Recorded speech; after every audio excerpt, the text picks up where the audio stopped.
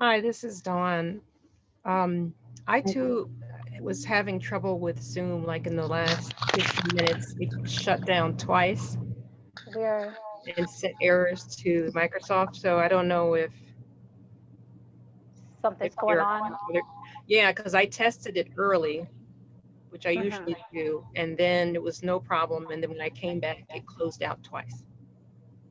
Okay, thanks, Dawn. So I'm having feedback. I'm gonna have to close out of my computer. Yeah, I'm gonna do that. Okay, I'm gonna do that.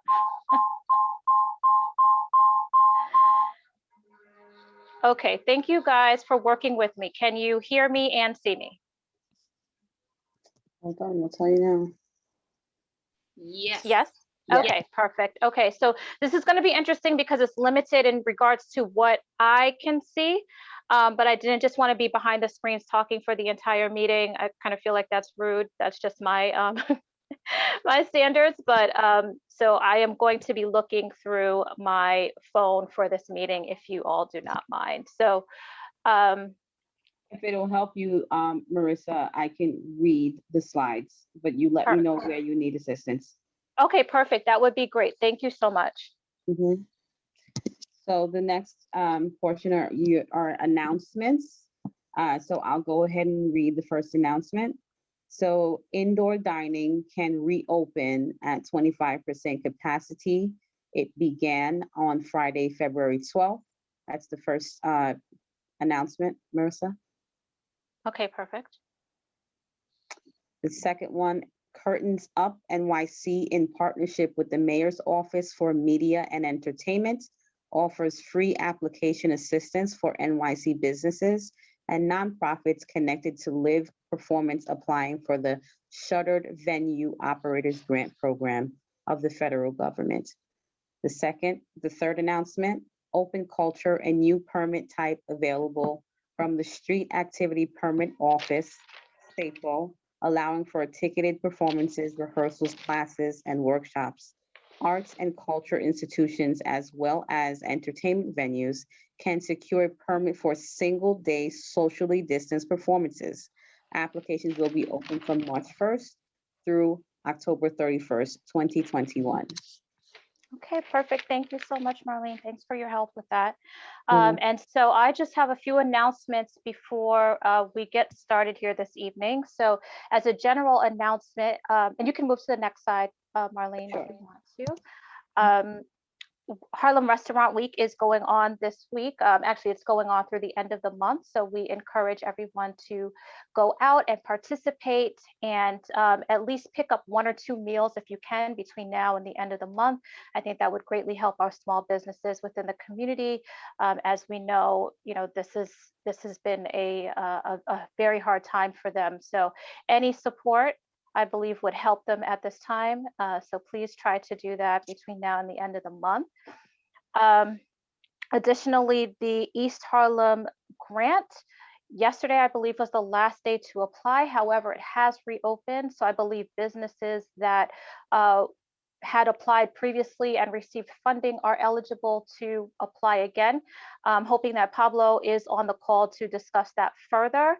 If not, we can double back on that later on in the agenda. Additionally, we had yesterday several announcements from Senator Chuck Schumer, as well as Assemblyman Rodriguez, regarding funding that is coming towards our area in the form of different partnership developments, PPP funding, funding for small businesses. And I am hoping as well that Marielle is on the call this evening. If not, I'm sure we will discuss further next month as we are looking to speak about this later on in the week from Assemblyman Rodriguez's office.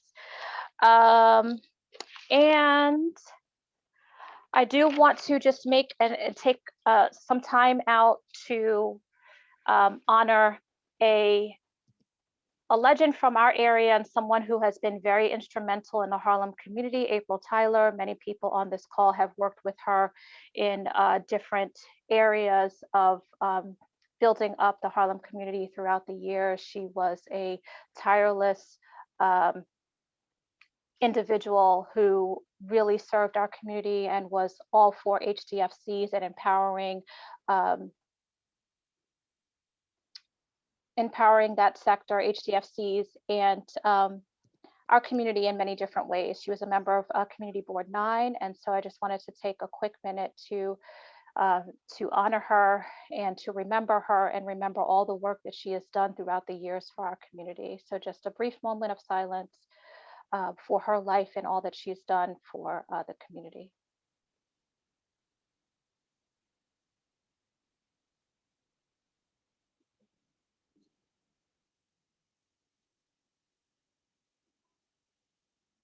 Okay, thank you all for that. And please just take care of each other. There's a lot going on now with COVID, and just check in on people to make sure that people that you know and your family and everyone that's around you is okay. So I'm not sure, I think Carrie is not going to be on the call this evening. They have the market, which is going on. It's every Wednesday on 125th Street for those who don't know. So I don't believe she's on, but we did speak about the restaurant week, which is going on through the end of the month. And I know that she is also working with Assemblyman Rodriguez, I believe, on their initiative to bring some relief to small businesses in our community. So again, we will talk about that later. Pablo, are you on? I don't see Pablo, Marissa. Okay. So again, just a quick announcement. I believe the East Harlem Small Business Grant did close their application process yesterday, but I believe it is reopened starting today, and I'm not sure what the end date is for businesses. So even those that have applied previously are eligible to apply again. And we can pass out information regarding that. I will reach out to Pablo and make sure that that information is shared with the community. So next slide, please, Marlene. Okay, so next we have a presentation from Natalie Mendel. Yes, from Manhattan Chamber of Commerce. And thank you for joining us today to speak about the services that you guys are offering to the community. So I am going to pass the floor over to you at this time. Thank you so much, Marissa, and thank you, Marlene. I really appreciate being here. Am I allowed to share my screen? Yes, you may share it. Okay. My colleague and business support specialist, Francesca, is here too. And I will explain. Can everyone see this? Yes. Perfect. The New York City Small Business Resource Network. So the New York City Small Business Resource Network is a citywide initiative that all 5 borough chambers of commerce are working on together to assist small businesses during the pandemic. The SBRN, the Small Business Resource Network, we also call the SBRN for short, is a private-public partnership that provides local businesses with free, personalized guidance. We leverage New York City relationships through corporate, financial, and professional service sectors with unique support from universities, philanthropy, and expert volunteer groups. This program is completely free to small businesses, and it's free because it is funded by a $2.8 million grant from the New York City based Peterson Foundation.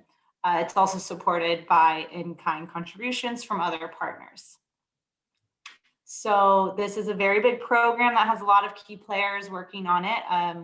EDC and the Peterson Foundation and the partnership oversee the program, and all 5 borough chambers of commerce are implementing it.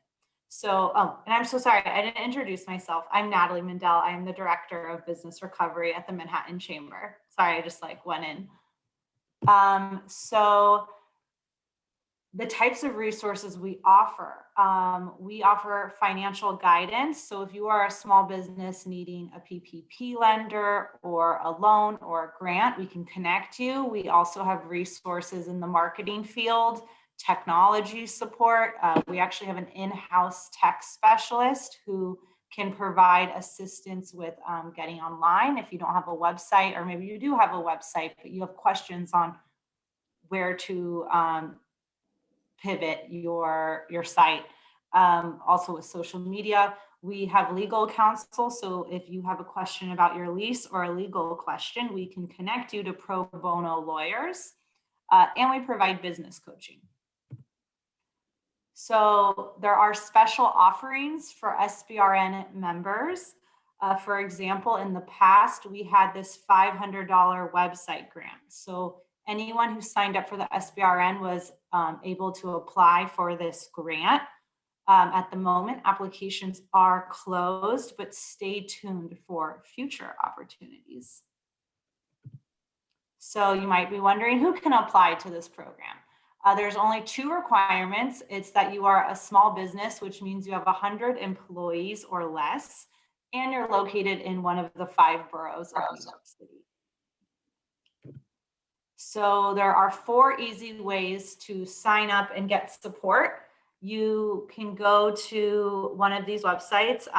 Smallbiz.nyc is the short URL. You would fill out a quick intake form. It submits your business profile. You also explain what you're looking for, your needs, your business needs. After you fill out your business profile online, you'll be assigned a small business support specialist through your local chamber of commerce. And then you'll work with that specialist to assess your business needs. And then after that, you will receive personalized guidance and access to resources for your business.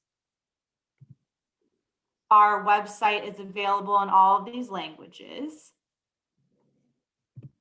And this is how Manhattan is divided. I have a team of 6 specialists. Francesca is here with me tonight. She covers your whole entire community board. And Star is our tech specialist who covers all of Manhattan. He has a slide later, which I will go over. But I'm going to let Francesca introduce herself. Hi, everyone. I'm Francesca Bruce. I work in Inwood, Washington Heights, and Harlem, particularly East Harlem and Randall's Island. And those are my areas. I speak English and Spanish. And just as a heads up, no business or need is too small. Just the other day, I got an email from a client who was making huge progress as a result of some really early legal and digital security advice she received through one of our resources as she launched her company. So she was just getting started. And I also stopped by today a local mixed use space to find ways of maximizing their digital opportunities to help them take advantage of the upcoming Shuttered Venue Operators Grant, and also connecting them with our tech specialist. So we really are full service and here to help. You can find my contact information on the slide or at the end of the presentation and reach out to me whenever. Perfect. Thank you so much, Francesca. As she said, please do not hesitate to reach out. I'll show the contact information at the end of the PowerPoint, which should almost be over. I'm going to go quickly through these next few slides since they don't cover your district. But as you can see, we have a big team. And okay, so Star is our tech specialist who covers all of Manhattan. He can help your business with websites, databases, user experience design, and more. He is currently having tech office hours right now. So you can scan this QR code, or I could say share this link in the chat. And you can, even without even being an SBRN member yet, you can sign up for a free one-on-one 30-minute consultation to discuss your tech needs. So how we're connecting businesses to the SBRN, we have flyers and palm cards available in 9 languages. Some community boards have requested we drop off flyers to their office. We also are advertising on social media.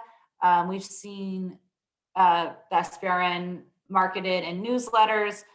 Francesca and my team are out doing outreach door to door on a weekly basis.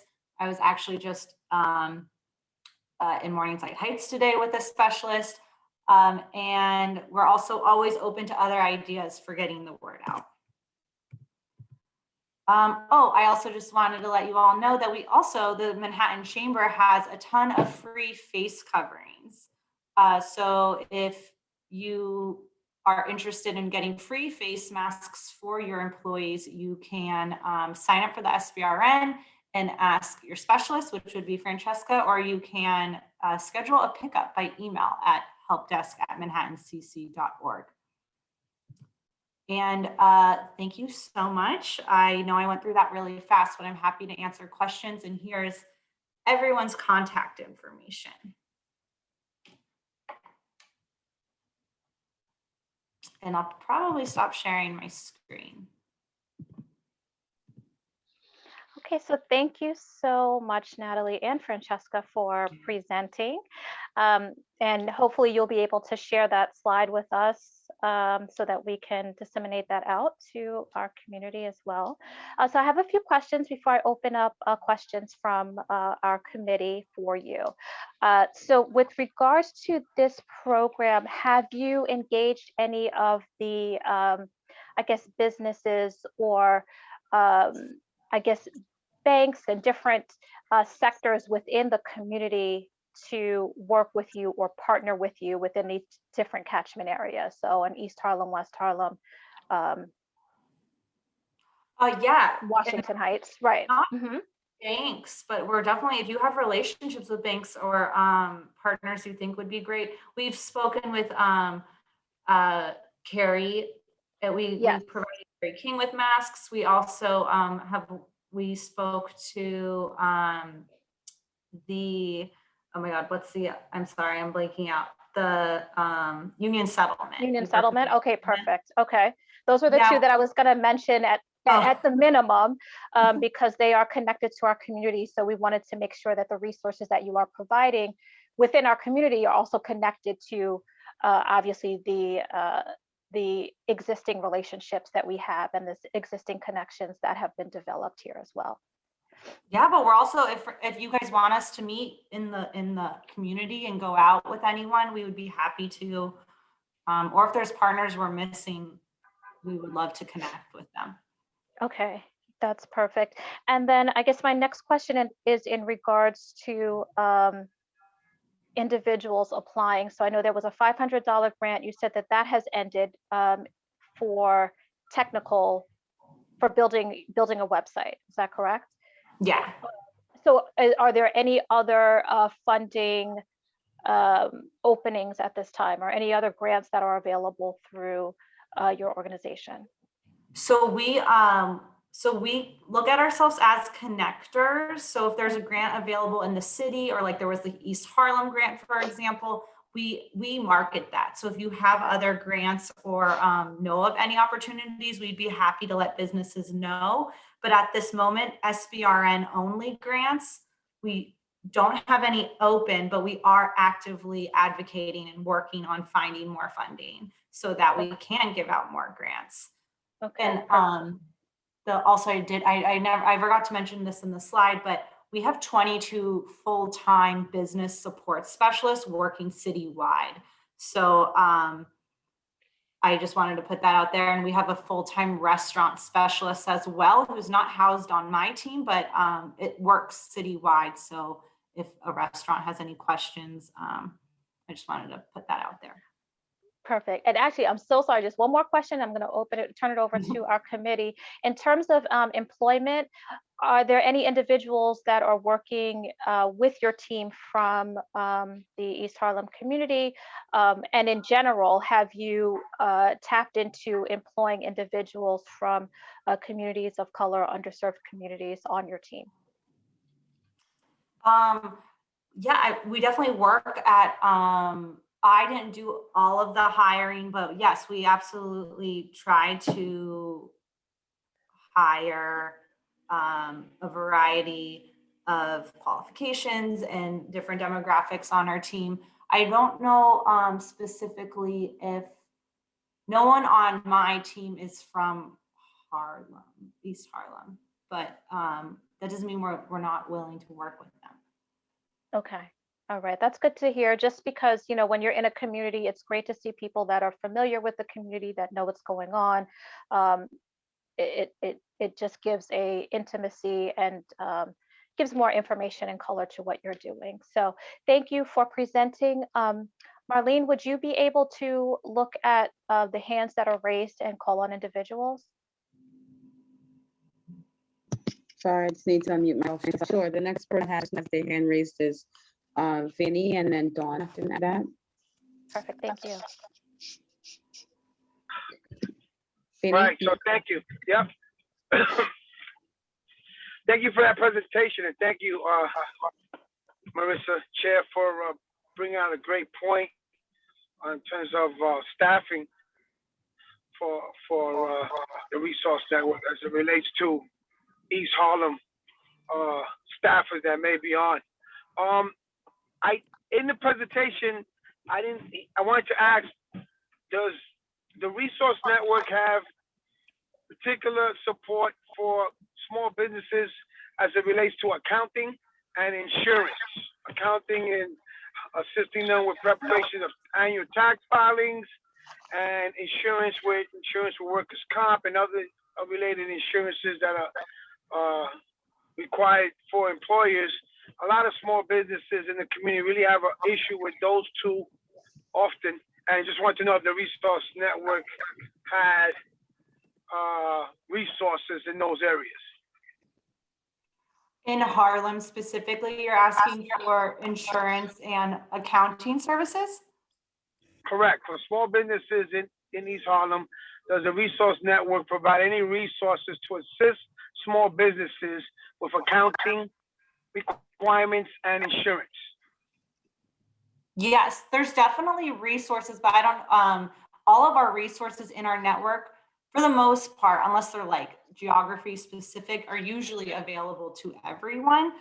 Francesca, do you have anything to add to that question? As far as insurance and accounting, it tends to be something that is more for-profit, as it's sort of on an extended case-by-case basis that they tend to work with people. And so for that sort of service, we usually refer people to the directory of the Chamber of Commerce. That has been one of the protocols because in some cases, those members are trying to help the community and may be open to some negotiation or, you know, pursuing ways of making things work with local businesses. So to my knowledge, there is nothing specifically devoted to Harlem at this time. But that doesn't mean you can't access the resources that we do have, and we'd be happy to help in whatever way we can. Thank you.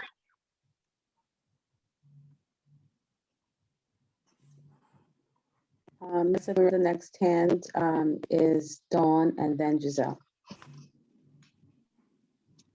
Hi there. Let's see. I'm actually having quite a few issues. Let me try something else. We can hear you loud and clear.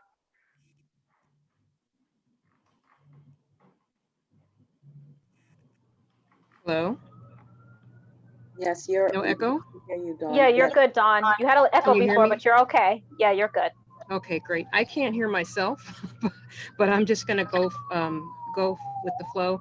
So I just wanted to echo what Vinny was saying, and actually I have exactly the same question in my notes. And as a small business, you know, there are certain aspects of business that can completely sink your business, and the accounting is a big part of that. So that's something I wanted to echo.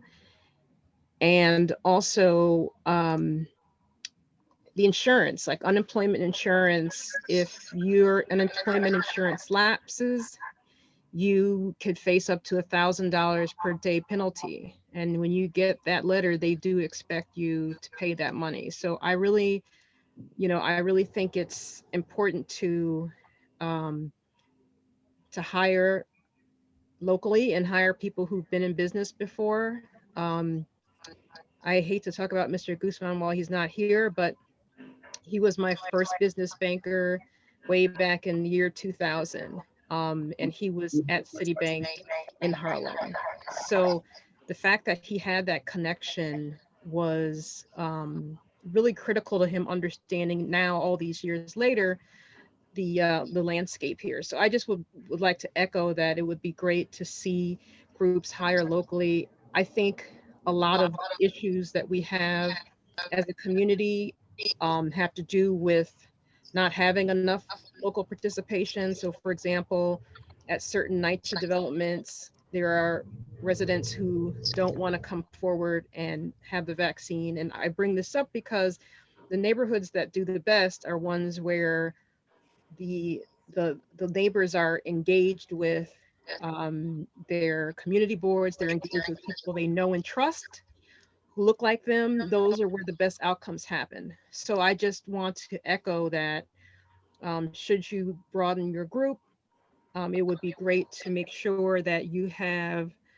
a mix of people who know the landscape of this community, and also get additional monies for accounting and for insurance, which are real pitfalls, I believe, for many businesses. A lot of businesses will look for shortcuts with those two items, and they're really two items that can completely devastate and close a business down.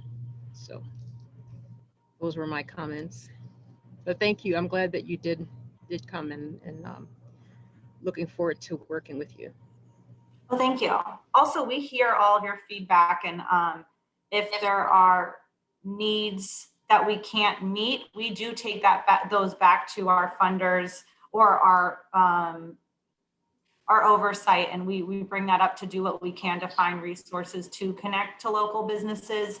And yeah, we appreciate your feedback. I also do want to say that Francesca grew up in Harlem, and our president and CEO, Jessica Walker, I'm not sure if you're familiar with the chain, but she also lives in the area. But yeah, we're happy to connect and take your feedback in any way we can. Thank you, Natalie. The next And- hand, Marissa, is Giselle, and then 9. Hello, everyone. Good evening. Thank you for your presentation. I actually reached out to the NYC Small Business Resource Network, and they sent me a lot of information that was very helpful. And it's just like emails and emails. I spoke to Francesca, very helpful group. So thank you. And then also just to add on to what Vinny and Dawn said about the accounting and the insurance, also payroll. Sometimes businesses, especially in our area, we want to hire locally, we want to train properly, but we just don't know how to. And to add on to what Dawn was saying about, you know, trying to build a thriving community, I feel like, you know, local employment within businesses, if we knew like the best strategy, it would make us just better as a whole. So if you guys can also maybe reach out in that aspect or see how you guys could be helpful in that way. Appreciate that. Thank you. Thanks, Giselle. 9. I don't know if you guys can hear me. Can you guys hear me? I have a mask on. Yes, Yes, you're dear. fine now. We can hear you. I just wanted to echo, I think Giselle must have been in my head. Many of the small businesses in our community didn't qualify for the first PPE loans because of, taxes and forms and paperwork related to financing and accounting. So I just want to echo, what Giselle and Vinny and Dawn said. I think that there is a huge need in East Harlem for our small businesses to have access to free accounting services so that when opportunities for grants and loans and other financing becomes available, they have the right paperwork to move quickly to apply for those opportunities, because otherwise it leaves them in a greater deficit. And so I just wanted to echo that.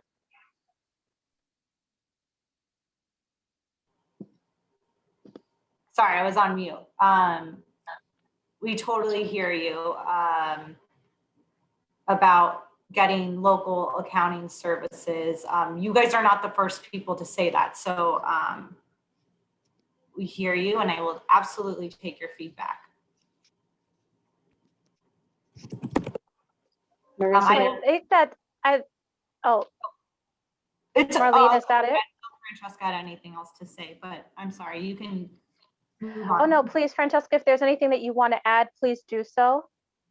I would be happy just to add that while we don't offer tax and accounting, we do offer other support mechanisms to apply for PPP and the EIDL loan, as well as the Shuttered Venue Operators Grant. So even though we may not be able to handle all of the paperwork, we can be able to connect you with people who will be familiar with the paperwork and any pitfalls with these applications. Thank you, Francesca. Thank you both. I think what would be great to do is obviously if you guys could share out the PowerPoint that you presented today, which would be extremely helpful. And then maybe we could have a conversation about, other ways that you can connect. I know that with our community specifically, I know that you've spoken with Union Settlement and Uptown Grand Central, and maybe we can provide you with specific ways to really engage or even further look at connecting with members of the community as you move forward, which I think would be very helpful. And it would allow for even more small businesses to utilize the services that you are offering in conjunction with the services that are already offered for this area. So if you don't mind, sharing that information, and then we can follow up with you to see, when we can get a further discussion going about how to further engage members of our community. And I think that that would be great. We would love that. I'll send you an email, Marissa. Thank you. Absolutely. Absolutely. Okay. So again, thank you for presenting, and we will be in touch. I think we're going to move on to our next presentation, but thank you for coming and sharing the information that you have. Our businesses certainly need it on all levels. So any help that we can get is appreciated. So thank you so much. Nine, excuse me. Marissa? Marlene? Yes. Yes. Just an FYI, Pablo Guman has joined the meeting.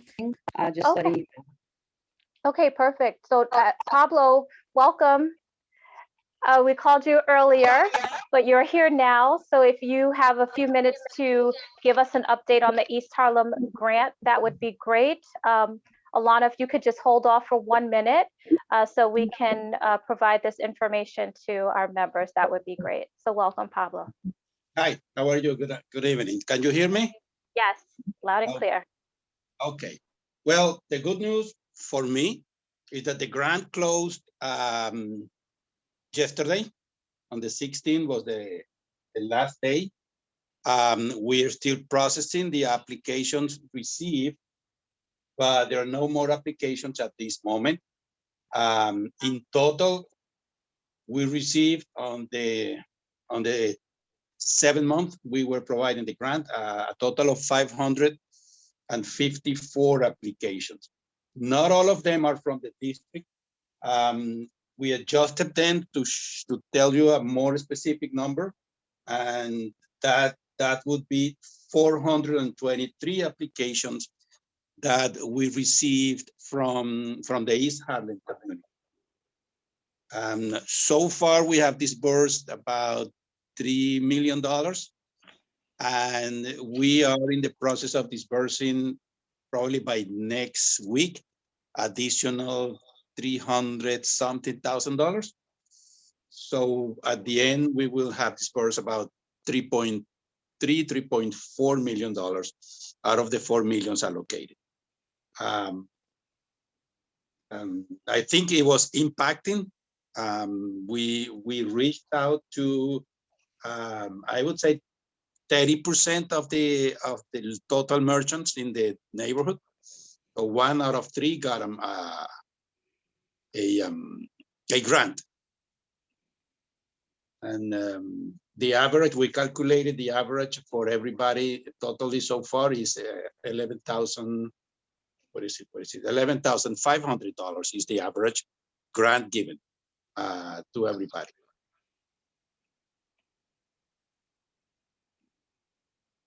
Any questions? Thank you. I wasn't sure if you were finished or not. So just, I guess, one question, and that's amazing that you guys have been able to, on the first round of this, allocate the funds, most of the funds that were given to you, and disseminate them throughout the community, which is great. Is the loan opening back up again? We are. Or is that still up in the air? We are looking at different options at this moment, not necessarily a loan, which eventually will happen, but we believe putting down a loan here with all the loans that are available would make no sense. So we're trying to see other options at this moment, and we'll see what comes up. We would love to have a second round of the grant, but that has to be discussed with EDC and is to be approved. But I think it would do a much bigger impact than considering a loan program at this very moment. And apologies, I meant to say the grant, not a loan. Very different and very crucial at this time to make that differentiation, but a grant. Yes, okay. And so have you received feedback from those that did receive funding? Yeah, plenty.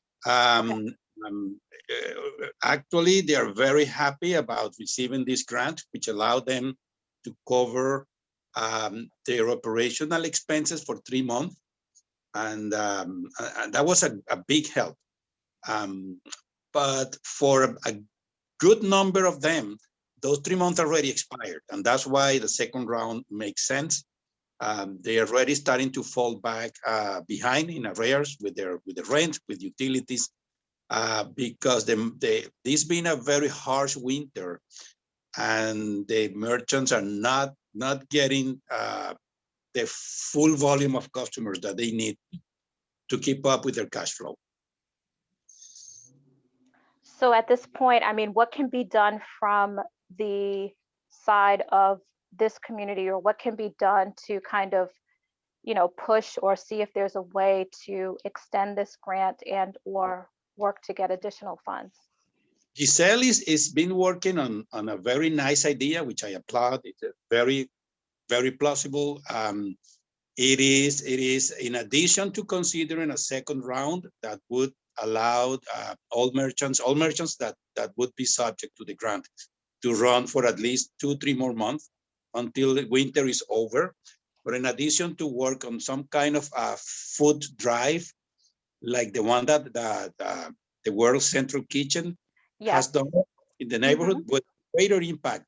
World Central Kitchen has impacted very well those few who are working with them, but those few, they're not more than 10. And we've been trying to see if we could put together a food drive that would reach about 40 merchants, 40 full service restaurants.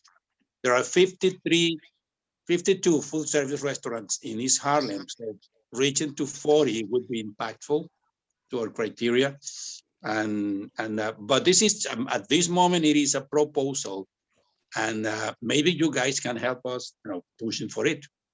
Is this in conjunction with Robert Rodriguez's office, or is this something separate? Robert Rodriguez liked the idea so much that he decided to make a proposal to turn it into a pilot to be applied to the entire state. It is actually a good idea because there is a lot of people displaced of employment at this moment and having to struggle for food. And on the other hand, restaurants who are closing because they can't sell. So the idea of the food drive would really cover the two ends and keep the restaurants open while feeding the families who are being impacted by the crisis. And so where are you now with this proposal or this idea? And I'm hearing an echo. I'm not sure why, but I don't know if somebody unmuted. But can you hear me, Pablo? Yeah, I can hear you. Okay. And where are you now with this proposal or moving forward with this idea? Well, I understand a letter has been sent to all the stakeholders, been sent proposing this plan of the combined second round of the grant and the food drive for a larger number of customers, and that has been already handed out to all the stakeholders at city levels, the state level, and federal level. So we're waiting for a response. We know there will be funds left out on the grant, like between 600,000 to 700,000 at this moment. We're not sure until we finally close the program. Within the next 30 days, we'll have a much better idea. Maybe on the next community board meeting, I can give you guys an idea how much money was left on the table that we could use for the second round of the grant. The food drive would require probably moving money from the loan program that have been already approved, budgeted under DDC for a loan. And I've been recommending, I can only do that, recommend to move probably $1 million from that to dedicate it to the food drive. Okay. But we haven't heard any firm, everybody kind of in agreement, but we have not seen a definitive move to go for. Well, I would think that this committee would want to, and I'm sure that everyone would want to support this initiative. But I'm going to take some questions before we see how we can help and move forward, and possibly offer a letter of support for you in this, because everything that you and Union Settlement have been doing during this time has been extremely helpful to this community and to small businesses. And if there's any way to continue that help, obviously, as a committee, we are here to support that. So I do want to open it up for any questions or comments at this time from our committee. Anything, yes, any Yes. question, I'm glad to answer, if I can. Zoe just has her hand raised, and then Dawn.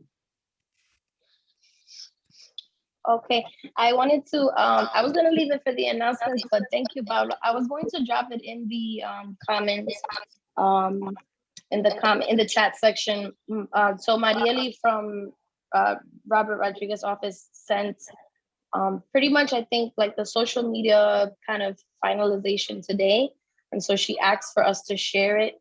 And so I'm gonna drop that in the chat now, since we touched up on it, so that, as a committee and just as, individuals who live in this community, we can share the information, pass it along. She advised that it could be, on your social media, personal or, business. So I'll drop that in the chat. Also, this is, okay, so I wasn't sure. This is the same program. No, Yes, it's not. The program from Robert Rodriguez, it's still proposed as a pilot. It would be different. It would be funded from a different venue, from state funds, if approved. At this moment, it's just a proposal being handed to the governor to get an allocation of what I believe is supposed to be $20 million, something like that, but it's statewide. The one that Giselle put together nicely, thank you, Giselle. It's for city funds. It's to dispose of the funds that are now sitting at EDC, left over from the grant, and that were budgeted for the loan program, which we don't believe it's a solution at this moment. So it's two separate programs. If the program by state happens to go in, maybe we can redirect funds from the city and put it back to where they are now for the loan program to be applied in the near future. Okay, so let's address, Giselle, let's just address this proposal right now, and then we can speak about the proposal that Assemblyman Rodriguez's office is discussing. I guess we may have received a copy of the proposal. I'm not too sure. Michelle, can you attest for that? It Yes, was I actually can. Go ahead, Giselle. Go ahead, Marissa. No, go ahead. Okay, so I sent the email back in December. I'm sorry for the noise in the background. I'm working as well, but I did send an email, I believe, to Angel and a couple of other members. Marissa, I'll resend it so you guys can look at the formal proposal. And like Pablo said, we've just kind of been trying to extend it as far as we can to see what feedback we get, from Robert Rodriguez's office. Did reach out again. Ayala's office, Councilwoman Ayala's office reached out as well. So people are just kind of reaching out, grabbing information to see how we can help restaurants specifically, during these times. And so the food relief program proposal that I had sent out was pretty much just in conjunction with the grant. Restaurants, in order to remain operational, they need to be able to afford those operational expenses. And so the food relief program not only would address food insecurity in East Harlem, only in our district, but it would keep only the restaurants in East Harlem surviving for the next couple of months until we get to 100% capacity, or at least 50% capacity, or until the open streets, the weather is permissible again, so people can have their outdoor dining again. So it's kind of layered on top of each, it's kind of like together, but not really. The food relief is separate. Thank you, Giselle. Thank you for explaining the two. And we'll talk about then how we move forward with that as well. So perfect. Thank you so much. Thank you. You're welcome. The next hand is on Zoom. Hi there. So, Mr. Guzman, I just want to say thank you again. Right before you came on the call, I was telling my famous story about you, about how I knew you from Citibank back in the year 2000, and we won't go back that far, but how important it is to have people in this community who know the landscape and who take our businesses seriously. And so I think when I first started a business, I think you were one of the first people who took my business seriously and really helped me take my business seriously. So I just wanted to say I mentioned you earlier as the sort of person that we want to keep in our community and keep happy. And, I just want to thank you for all that you've done over the last more than 20 years. I can just go back 20 years. But anyway, I did have a question, which I think they'll answer with your comment. And just to clarify, this program, it seems, would pay restaurants to feed our community. And it sounds kind of like the direction we're moving in. And I think that's an excellent idea. And I brought up on a previous call that residents who don't have gas service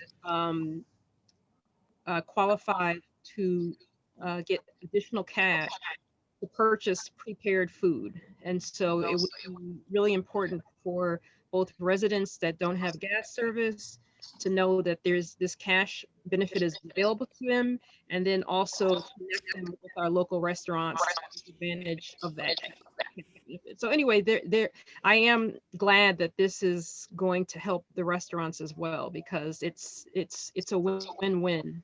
When we get to eat our delicious local food, it really is. So May I see something here? What is important is what is being done here in East Harlem. It's unique. If you go around to other districts, they don't have these benefits, and that's what I want everybody living in East Harlem to feel happy to be here, that they are protected, they're secure, there is people working for them.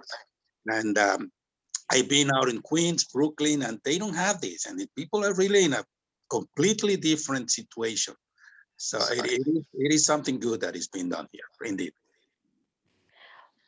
And I thank you for your role in that.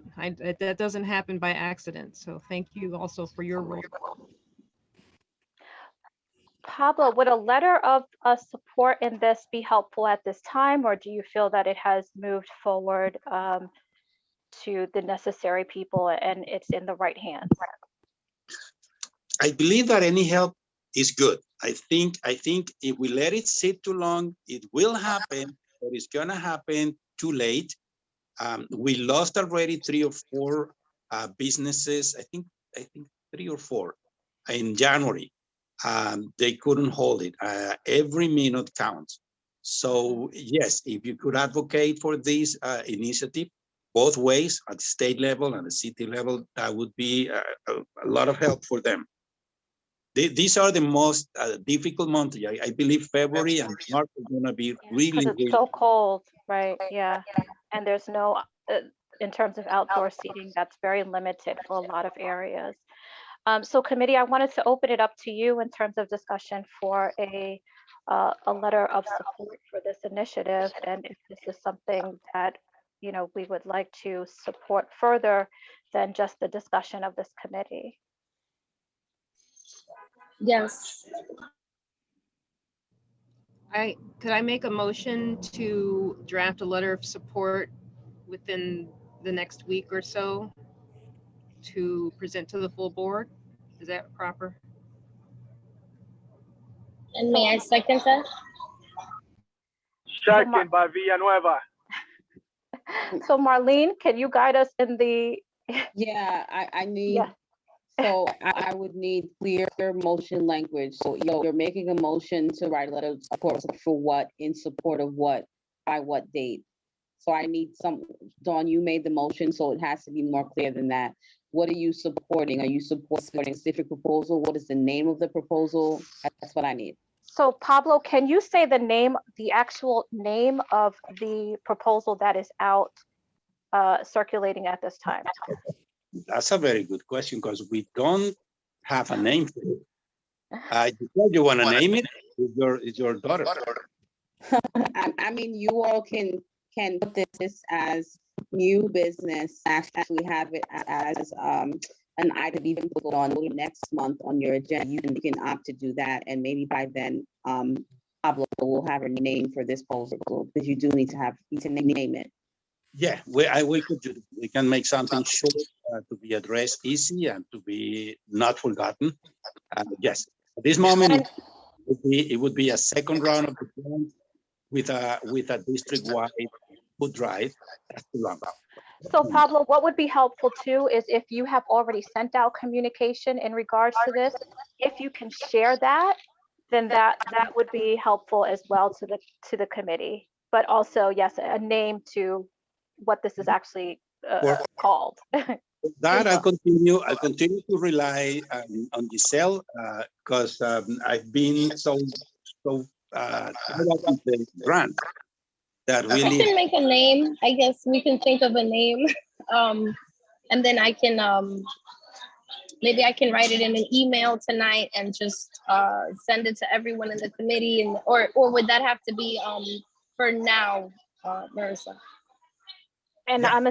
I'm believing that needs to be now. If we are making a motion, it would have to be under the name of. So, if there are other people involved, you know, Dawn, go ahead. Oh, I was thinking. I'm wondering if I can clarify the motion to say that I want to make a motion to support the use by union settlement for excess PPP funds to be redirected towards food insecurity activities, because that's what we are doing, right? We're taking the 600 or 700,000 and redirecting it, or we're asking for more money? Because I thought we were just talking about redirecting. No, everything is redirected. We're not asking for more money, it's just redirecting. Okay, so you need, like, we could motion to support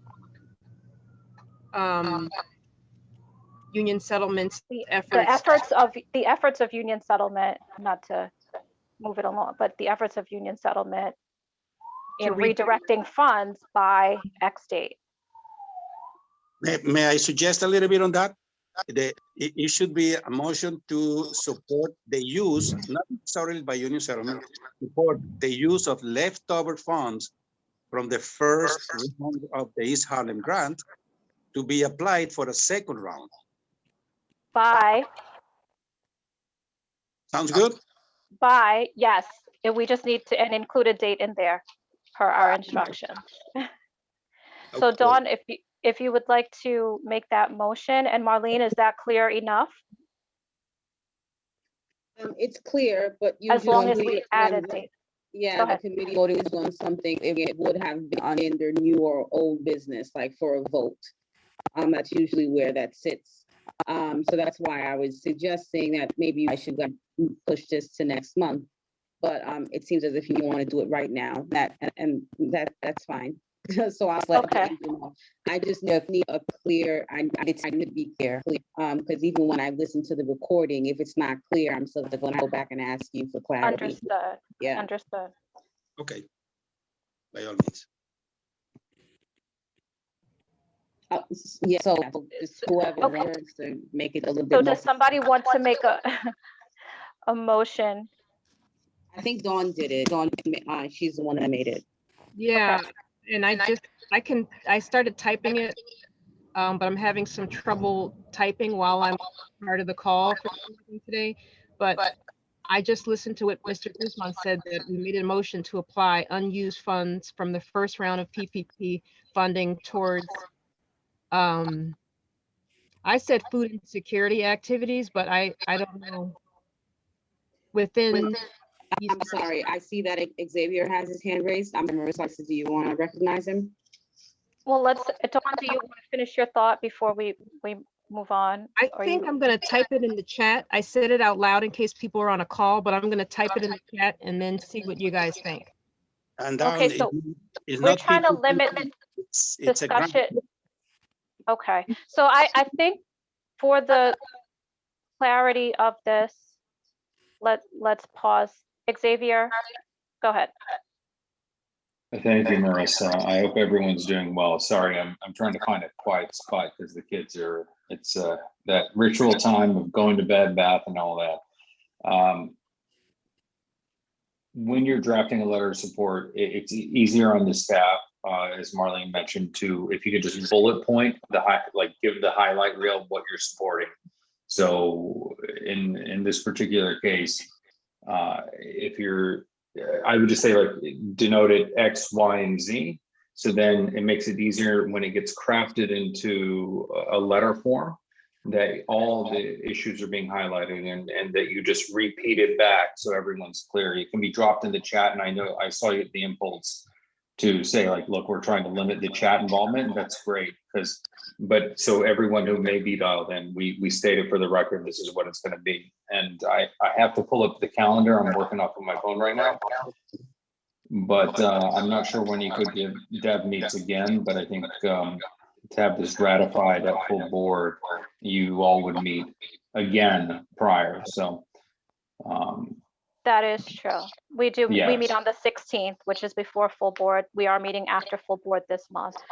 So there is time for language to be adopted unless there's Right. someone who has the clear language this evening. Dawn, I appreciate you putting it in the chat. If you want to type it out for yourself and then say it out loud, that would be great. But I know that everyone is not on the computer to see. And so that would be up to you unless there's someone else who wants to make a motion to support. Okay. You want, So if you're moving, let's- I will put it in for new business, like Marlene. Yeah. I'll just keep working on it. Okay, that works. That's fine. Okay, so thank you. And I do want to move on because we do have the Africa Center here who is also presenting. But Pablo, thank you so much for providing every single month feedback on this grant, on your work in the community, on your work with helping small businesses. We completely appreciate it, and we are looking to support this effort that you are continuing on with. So thank you, as always. We appreciate your work. Thank you. Okay, so Alana, thank you for waiting and allowing us to acknowledge Pablo here with us. And if you are still available and ready, we would love to hear what the Africa Center is currently doing at this time. Thank you so much, Marissa. Hi, everyone. It's a pleasure to be here. Thank you so much, Marissa, for the invitation. My name's Alana Francis de Govaya, and I'm actually joined by our Chief Operating and Financial Officer, Jenny Horahan, who's also on the call. And we have, we're gonna whiz through this because I can't share the screen. But we have a short, I don't know, Marissa, could you make me the co-host again? Or? So Marlene, if you're able to do that. You can share your screen, Alana. You're able to share. Okay, thank you so much, Marlene. You're welcome. So I'm gonna just start off with talking about our programs, and then Jenny's gonna do an update on kind of where we are with construction. I know many of you are familiar with the Africa Center and may have known it for longer than I have, because we're for the most part a very new team, and this is kind of the latest iteration of the Africa Center. So again, thank you so much for having us. So just to start, I don't know if I can go down. Can you see this? Yeah, everyone can see the presentation. Okay. So just to start as an introduction, the Africa Center, we're located at 110th and 5th Avenue. And really we're focused on really centering people of African descent and transforming narratives and creating new narratives about people of African descent. I'm not going to read through the slides. I'm happy to share this with everyone after. And I just wanted to reiterate, when we talk about people of African descent, we're really talking about all people of African descent. We're talking about African Americans. I'm Caribbean. We're talking about all people in the Americas, people in Europe. So we're really thinking of people of African descent as a global people. And so our mission is to really center people of African descent and really focusing on creating new narratives and contemporary Africa. So we do this through kind of our 3 pillars of culture, business, and policy. We really started our first round of programming focused on culture. We're moving into policy, and we do need to do more on business. So we're glad to be here today to talk to all of you, but we don't see these things as separate. We see them as integrated with one another. So as I mentioned, we're on the corner of 110th and 5th Avenue. I'll kind of skip this slide because I think I've mentioned that already. And so, you know, we really opened our doors. We're building out the building in phases. It's 70,000 square feet. Jenny will speak a bit more about where we are with construction, but one of the things we decided to do when our new CEO started about 3 years ago was really build out the space in phases, because as people may know, the building was empty for about 10 years. So we opened the first space where Teranga, the fast casual dining concept by Chef Pierre Thiam, is based. And we've had, you know, over 120 programs that have taken place, both physically when we first started, and then we shifted to digital programming when COVID hit. When COVID hit, we were supposed to open our second space, which is another 4,000 square feet, with an exhibition called African/American Making the Nation's Table, which is in partnership with the Museum of Food and Drink. And that's an exhibition that really focuses on how African and really African American food are the basis of American food. So when people think of African American food, sometimes they think of collard greens and fried chicken, which are really important parts, but it's also about who made the first refrigerated truck, you know, that revolutionized the entire food industry. So as soon as we open our physical space, which is still TBD, Jenny can speak a little bit more about that, even though, as everyone knows, these things are very uncertain with COVID. You know, it's important to us that people from the community come to the exhibit. We're having discounted ticket prices for people who are from Harlem, have a discounted ticket price. There'll be school visits. We really hope to engage our direct community with the exhibit, and we'd love to speak with you that in more depth about how to do that when the time comes. But again, it will be once it's safe to do so, and once there's a kind of, you know, we're a smaller institution with less money, so we really have to think about the return of our investment in terms of opening our physical space again. We've hosted a bunch of programs, as I said, a very diverse group of programs. We've had musical performances, book talks, exhibitions. We've also activated our plaza.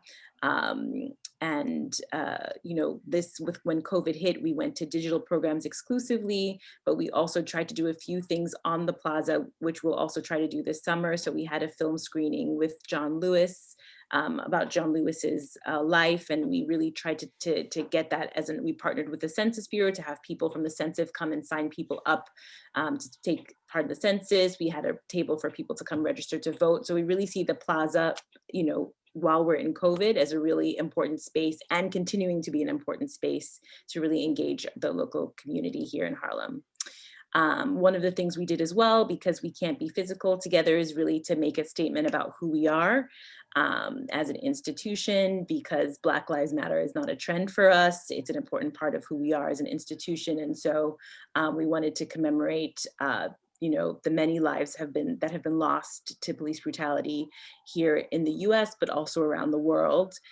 So we put this installation up, and that will be up long after BLM is removed from the headlines.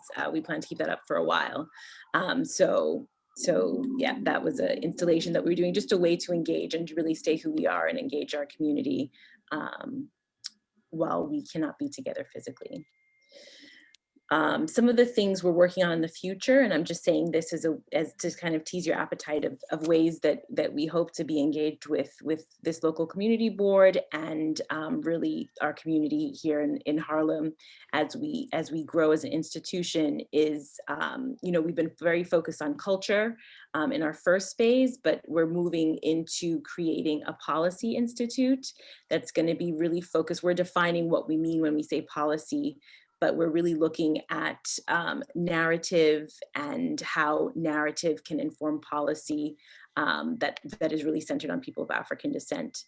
So we're going to be hiring a policy director. We're going to be building that. That really needs to be teased out into something a lot more concrete than it is.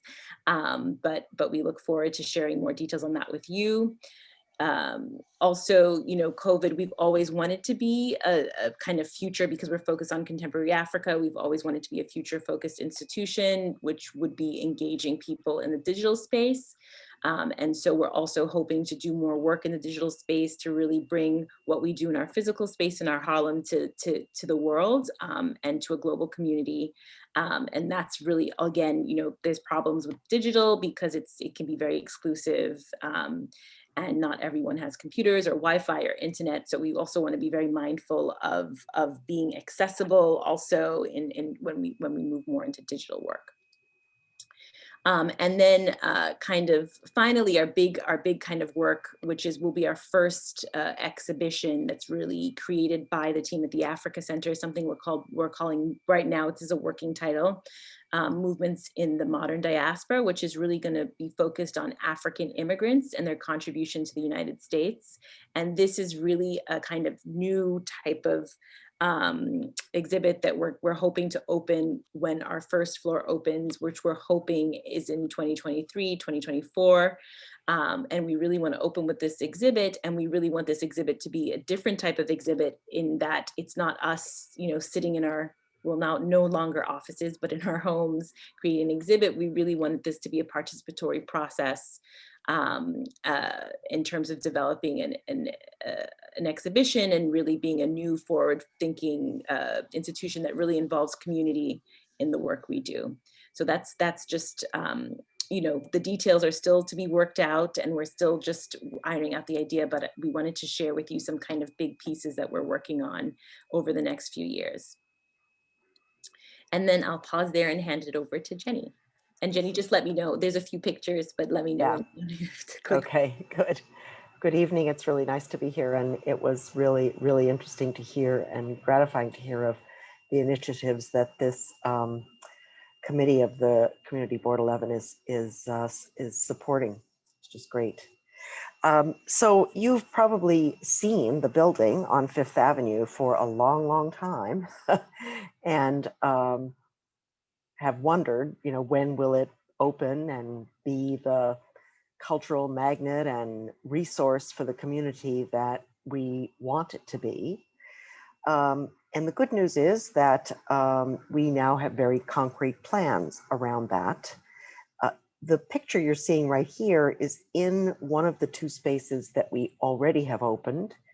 Our CEO, Dr. Iwala, and the board made a decision about a year ago that after all this time dormant, we really had to open spaces and welcome the public, even if they were smaller spaces and they would change over time. So the first space we opened, which you probably know, is the one that faces Fifth Avenue, which is where the Cafe Taranga is located.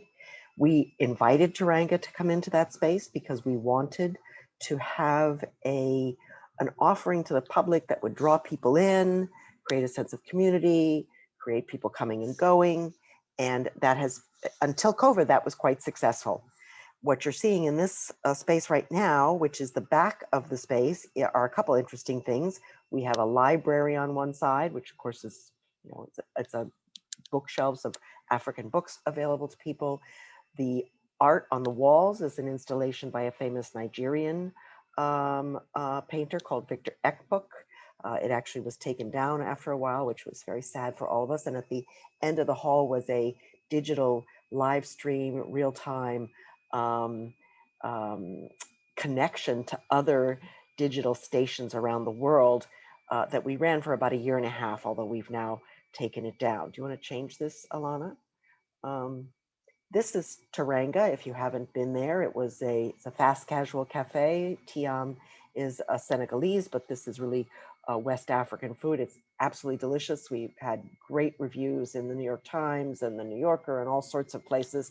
And they are doing takeout right now. And they also, we talked to them today, they are going to open on a limited capacity for in-house dining, both in that space and in some pods they've created on Fifth Avenue. So I would really encourage you, if you haven't been there, to go. The food is fantastic. Could you, and oh, I should say, go back a minute, Lana. This is the space in which we did our first year's programming. You know, we would all go down and actually just rearrange this space so that it would have chairs and a temporary stage at one end. And it has a rated capacity of 65. And that's where all the programs that Alana was talking about, the children's literature, theater, music, occurred here. And, you know, had great audiences. It was a great venue. It actually has great sound, which is surprising. Go on, Alana. And this is a rendering of the inside of the atrium. So what we are doing now is we are building what we have the money to build. We are only planning to build as much of the building as we actually have legal commitments in hand so that we know we can finish what we started. So having opened that space for Taranga, and then another space we're not showing you this evening, which is where that exhibit on African-American cuisine influence is. We have two spaces open for a total of about 10,000 square feet. And now we will, in April of this year, begin to construct the rest of the first floor. So our aim is to open the whole first floor. We expect to finish construction by November of 2022. And then it'll take us a while, obviously, to get things up and running and installed. And we would hope to be open by the summer of 2023, with the big first exhibit being that movements in the diaspora that Alana talked about. So this is a rendering that allows you to see how that atrium will look, the biggest part of the space with all the windows that now have the Black Lives Matter stickers on them. It'll have galleries on the side. It'll be a very, hopefully, inspiring space for people to gather in. And we are making all of the spaces multi-purpose. So we will be able to do some theater in here. We'll be able to have art exhibitions. We'll be able to have venue rentals, which hopefully will be very successful because that would be important economically for us. And then if you look up from here to where the flag is, and you can't see it, but above there are a second and third floor to our structure, which we will build out in the future when we raise additional monies sufficient to finish them. So that's our plan today. We will keep operating the two spaces that are open while we're under construction when COVID allows us to do that. And we're really excited about creating a venue that all all of Harlem and East Harlem can be proud of and see as home. Thank you. Oh, That's another picture from another angle. Sorry. okay. Thank you, No, it's Alana. okay. That's Oh, looking thank you. out towards Fifth Avenue. Thank you, Jenny, and thank you, Alana, for presenting. And we haven't had you guys here at our committee for quite some time, so I thought this would be fitting just to hear about what's going on, how you guys are doing. We always want to engage our cultural institutions as well. So thank you for letting us know. I wasn't even aware that there was a second and second and third floor available to the center. I have been there a number of times. I've been to Taringa. I was wondering how they are doing. So happy to hear that they are opening again on a limited basis. And then also the exhibit in the back where you were interacting with individuals from other areas was quite interesting. So I'm happy that you guys are working through this now during this time and have a plan to reopen. So I guess just a couple of questions. One, in terms of the community and engaging now, what are some things that you feel like the community can do to help you during this time? Obviously, you guys are still there and you have your exhibitions that have been great for people to see as they're passing by.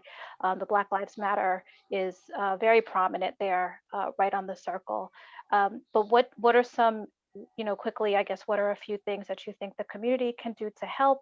And then second question is, what partnerships have you guys, I guess, developed and established over this time that have been helpful in your development? Yeah. So thank you for your question, Marissa. I think the biggest thing that we're a very small team, we're only 8 people.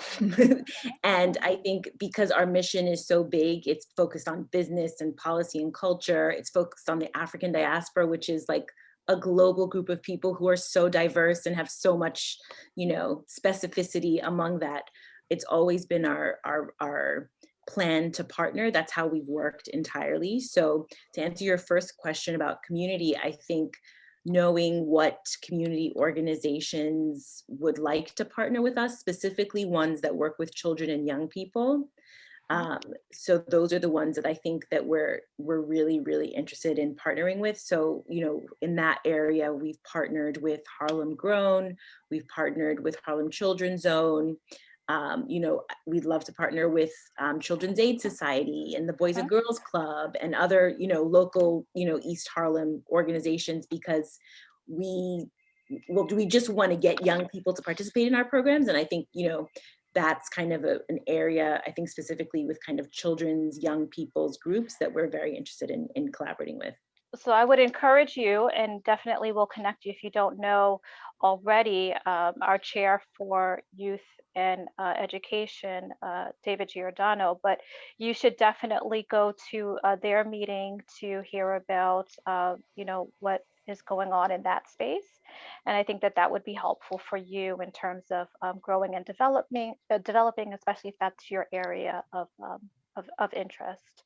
So I definitely encourage you to connect with him, and we can share obviously his information with you so that you can speak further.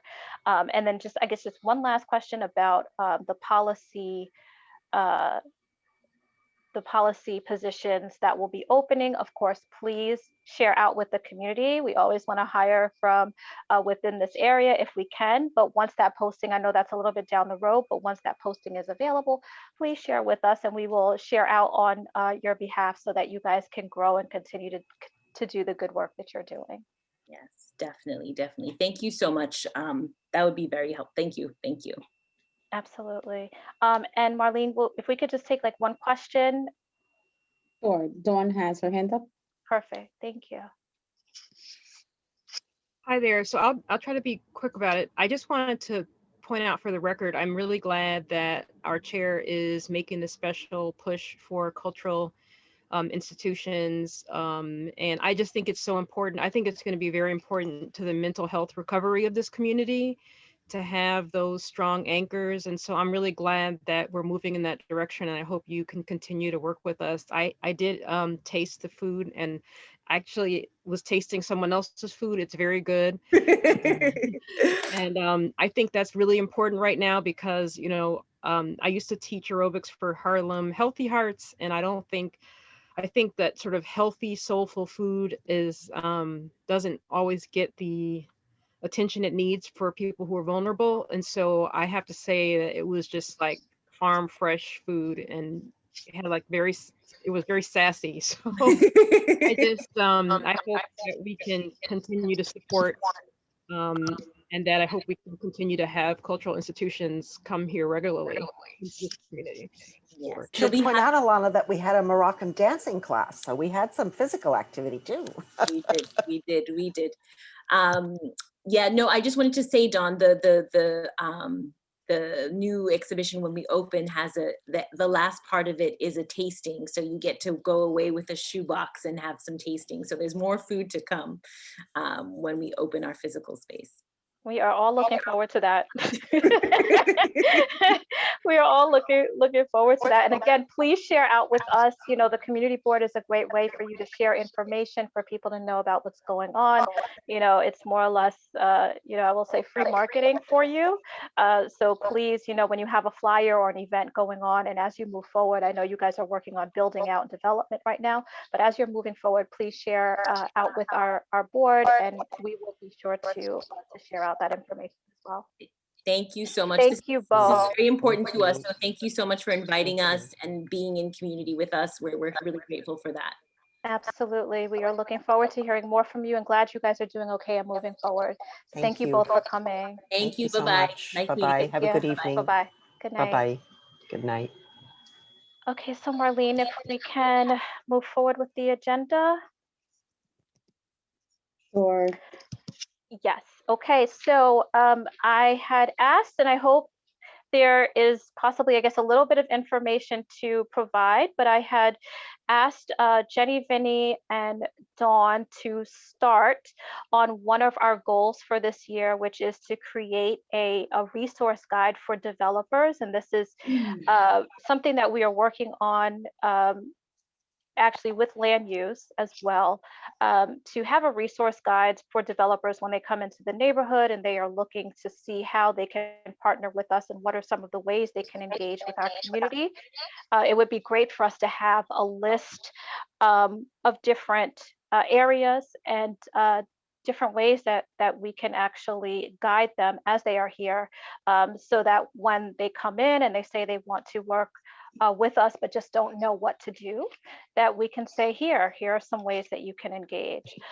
So I'm hoping that either one of you, Jenny, Dawn, or Vinny, are able to just at least provide some information. This again was to get started, but we do want all committee members to weigh in with ideas for how developers coming in can engage with our community in creative ways.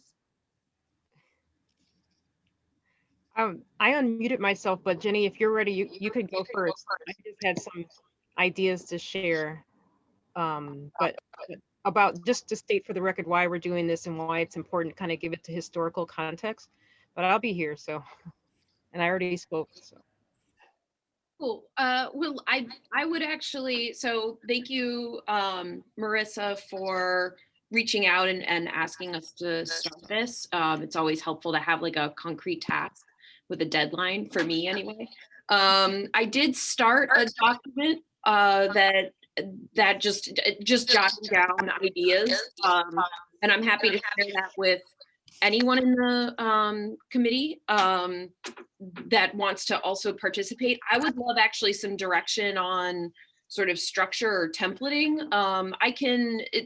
Would it be helpful for me to share my screen with what I've done so far? That would be great if you are able to. That would be very helpful. And again, this is the starting of a document, so I do want, you know, everyone from the committee at some point to have some input as well. But we did want to at least have this going up and moving so that we can have a completed document by the end of the year, which I think is extremely helpful. So yeah, if you want to run through, you know, what you have in bullet point form, that would be very helpful. And again, thank you guys for working on this. I think this is needed for our community. So Jenny, please. Yeah, and I'm happy too, I know Dawn mentioned that she had some additional ideas. I'm happy to sort of be the scribe and start recording them here. I'm seeing this very much as a kind of rough draft thing. So the first 6 ideas that kind of popped into my head over the couple of weeks that we've been working on this. There's like some sponsorship ideas, for instance, with local school sports or science teams. I know my son, it has been in various public schools around New York, and they'll have extra stuff that they need or would like to do.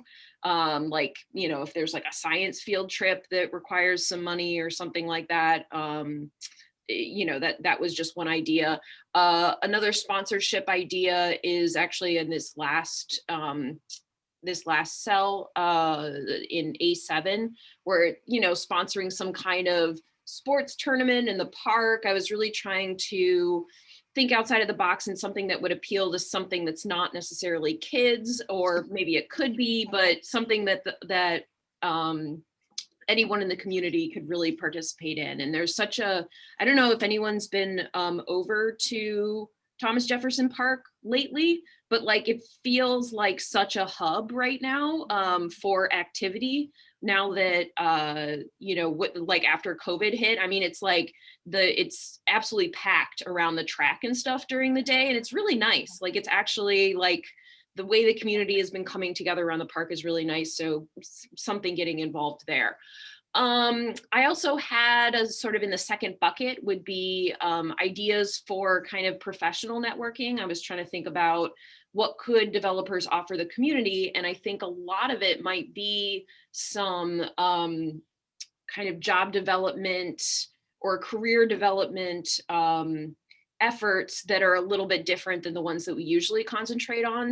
So ones for like young professionals or getting students who are interested maybe in real estate, people in their sort of teens who are like, what are the jobs available to me in the universe, and having some mentorship and the ability to work with somebody on resume building or whatever. There was actually a really interesting Toronto Blue Jays program that I found really inspiring. I heard about it through my business school networks, where it's basically like you fill out a form and you are immediately connected to somebody in the front office, and you can just kind of ask them about anything. Like, I have an idea for a small business that I'd like to run past you. Let me know what you think. Like, what general career advice? Can you look at my resume?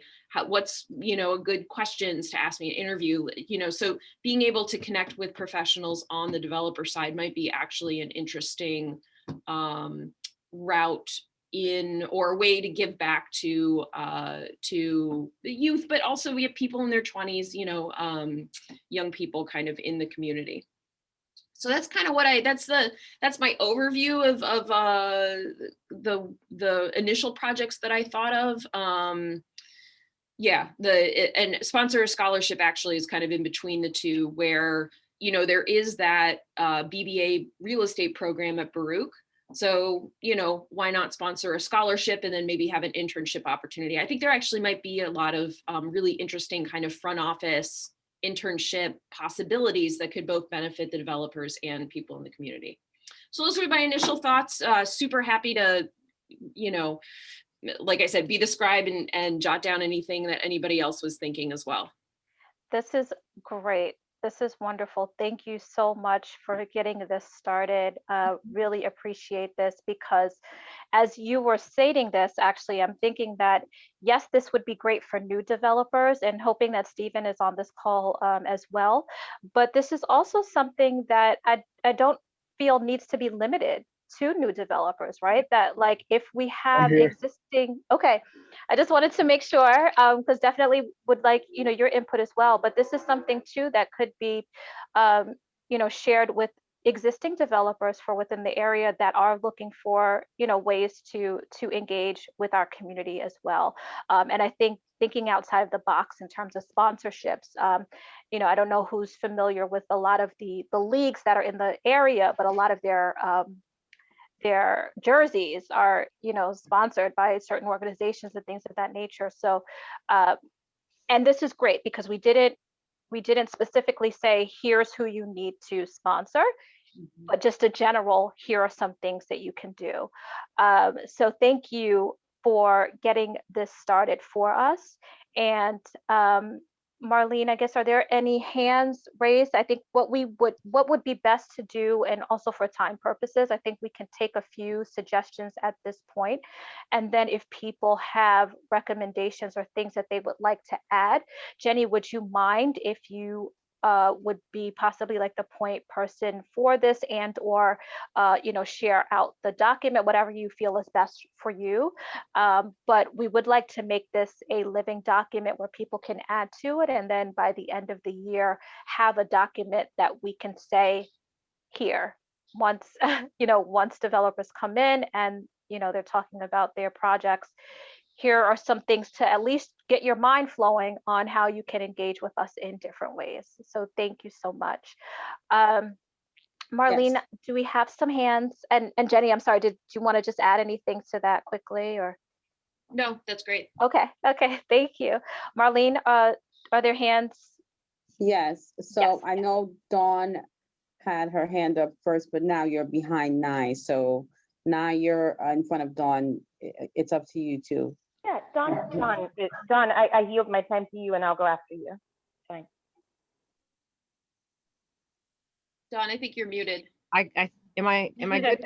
Now I can. Yes, we can hear you. So thanks, Nye, but I just wanted to say why this is so important. Like, it's really progressive and important that we're doing this at this time. I'm really excited about the goals for this committee, because if you look back on like East River Plaza, and we're going to be looking at their MOU, the East River Plaza project was basically spearheaded by our community board, and it changed a lot of people's lives. Like, there are people in my building who've had steady employment since that steady, well-paying employment since that East River Plaza opened. And so I just think that it's really smart for us to be ready, so that when developers come in, we're not just like floundering. Like, if an infusion of cash comes in, like the whole rebuilding effort, like we're ready to go, like ready to hit the ground running. So I think this is really progressive, and just wanted to give that historical context.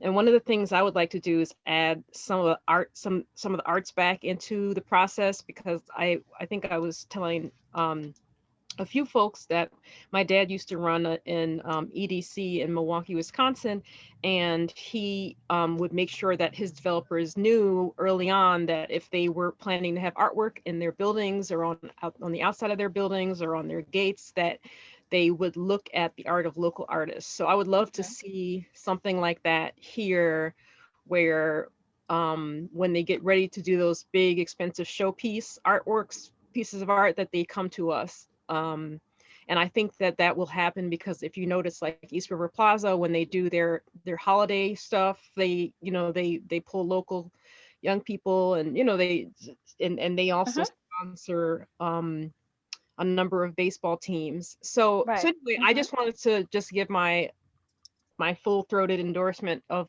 doing this, and thanks Jenny for being the nucleus of pulling. Absolutely.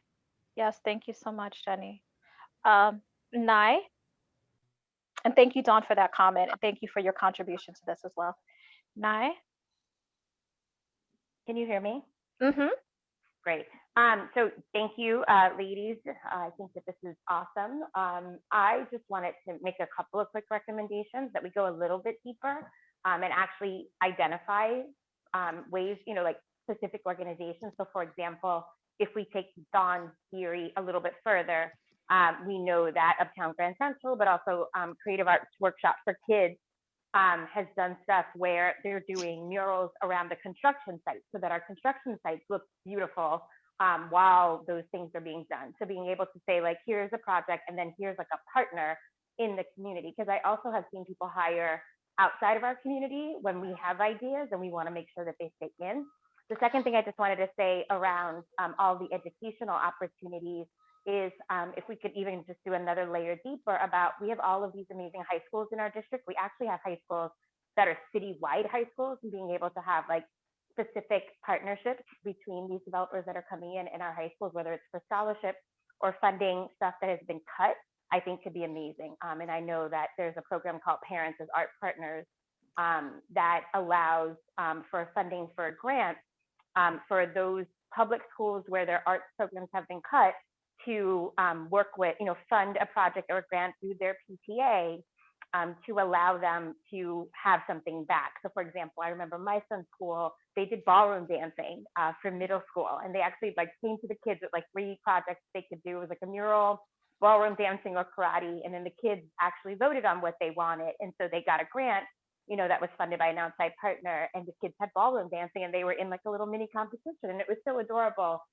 you know, that like at 4th grade they got exposed to something like that. So whatever we could do to identify, and that partnership was with a local ballroom dancing small business here. So Nye, I'm going to only, just because I had, and we actually, you know, had spoken about this, that we have to be careful of endorsing certain organizations.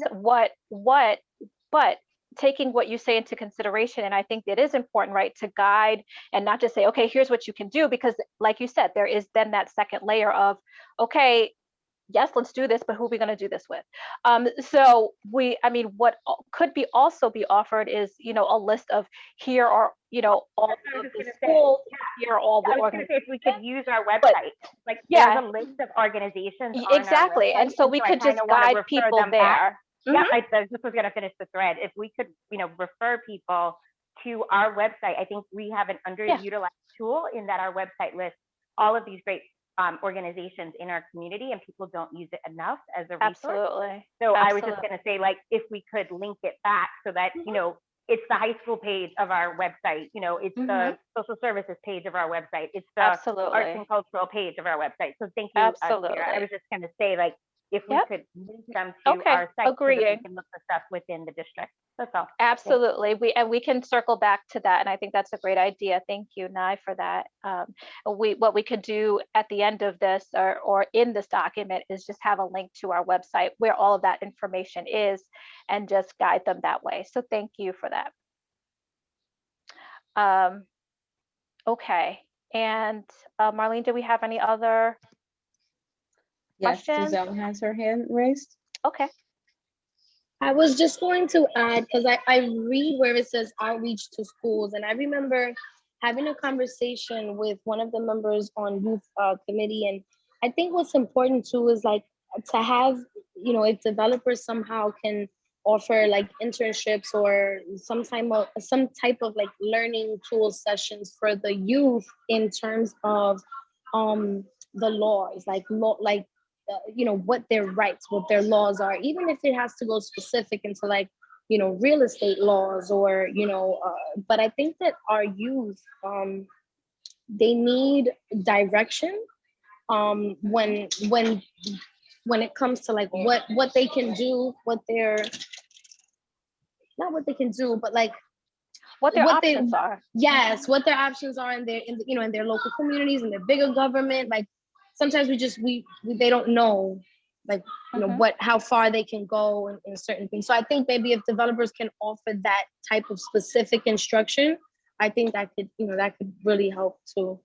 Perfect. Thank you, Giselle. And just, you know, just as a note to the entire committee, again, and I'm so thankful for all of your feedback. This is something that I want everyone to opine on. So, you know, as you come up with ideas, you know, please reach out to Jenny to add them to this form. But I'm loving the fact that everyone is contributing and everyone has some response in terms of how we can engage the community. I am waiting to hear from Mr. Steven Villanueva.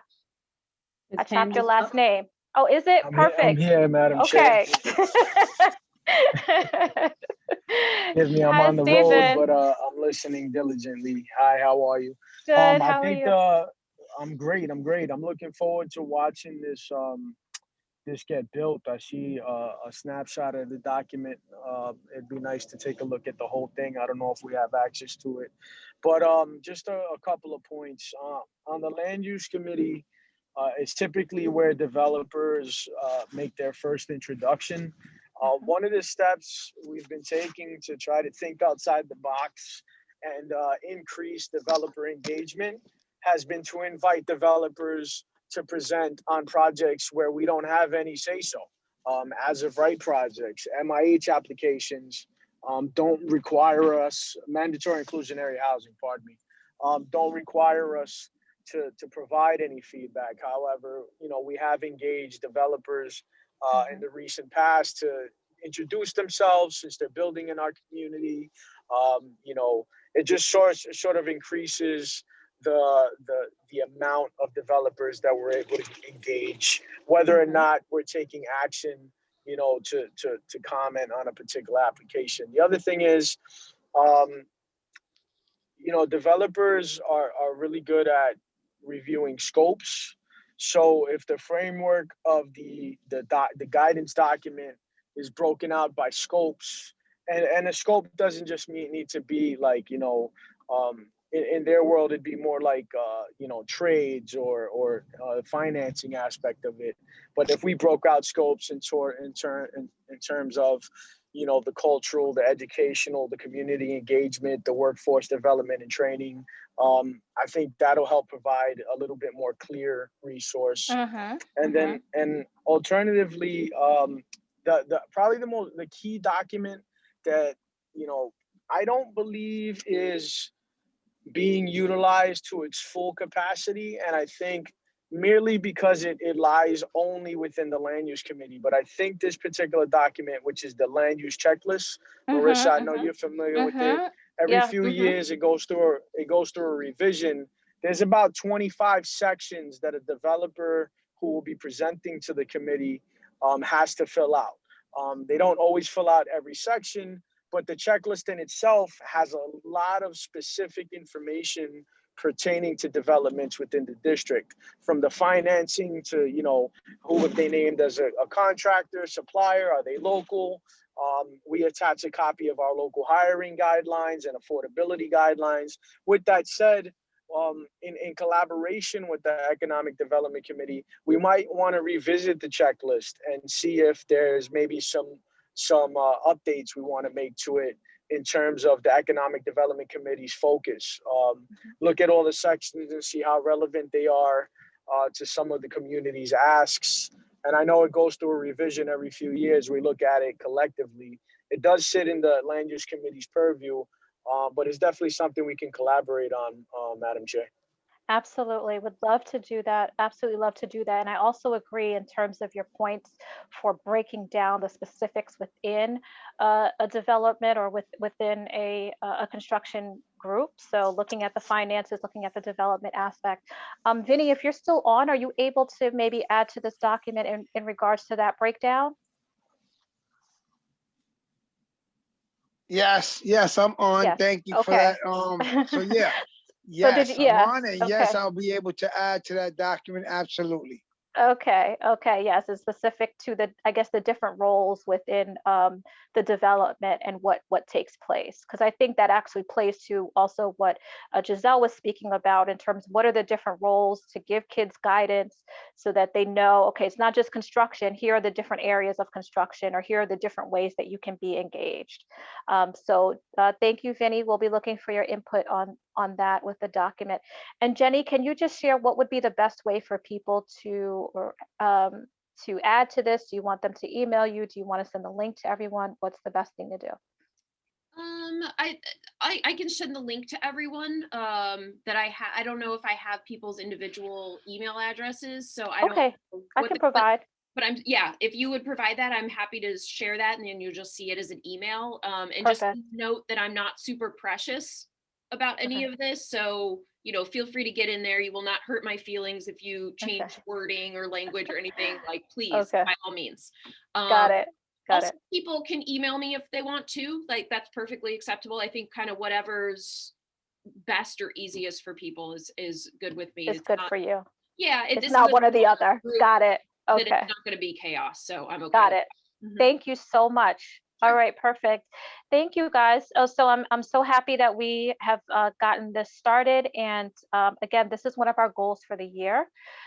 So we are going to move on in our discussion, and we'll continue to add on to this. And probably in April, we'll just do a check-in to see where we are with this document, if that's good for everyone. It works. Perfect. Thank you all. Okay, so Marlene, if you could bring up the agenda again. Thank you so much.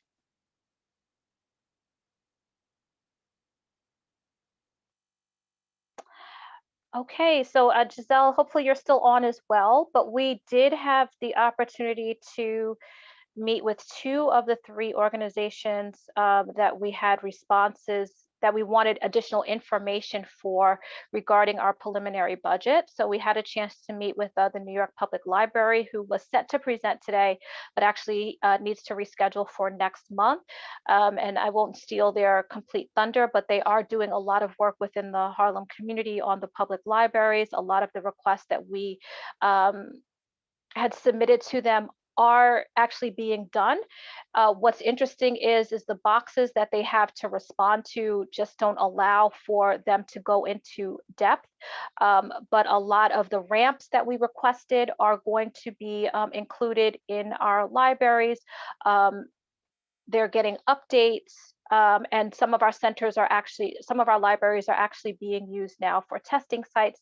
So there's a lot that's being done that I think we didn't know about. Giselle and I both had a conversation with the New York Public Library. And so we are looking forward to having them present next month with a more detailed outline of what they are doing within our community.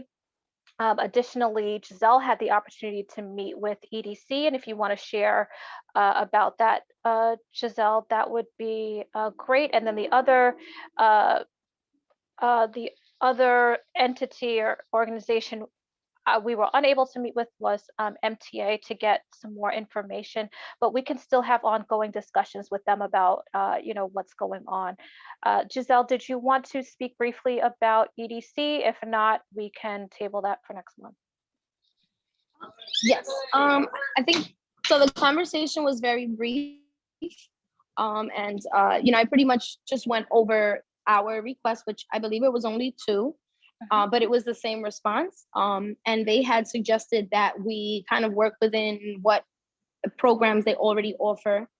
And obviously like work with our city officials to also, see how we can address those requests. And I know that one of the, I don't have it in front of me now, but I know that one of them was for like fashion and marketing and to see how like we can help in that area. And then another one was also for, don't remember the other one, but she did say that she would present for March. So she was not available for February. Yep. But she did say that she was able to come in March and pretty much just start working with the committee to see like, pretty much what's available for us that they already have in place. Perfect. Thank you so much. Thank you for reporting on that. And thank you for your work on this overall. You're very welcome. You're very welcome. Okay, so now moving along, and I know we have been in the meeting for a while, so I am moving along. But quick discussion on our goals. So one of our goals is to finish creating the list that we've started, which is great that we've all contributed towards for the resources for developers. Our second goal for the year is to hold a series of events for small businesses. We've held one of 3, and the other 2 are in the process of being planned at this time.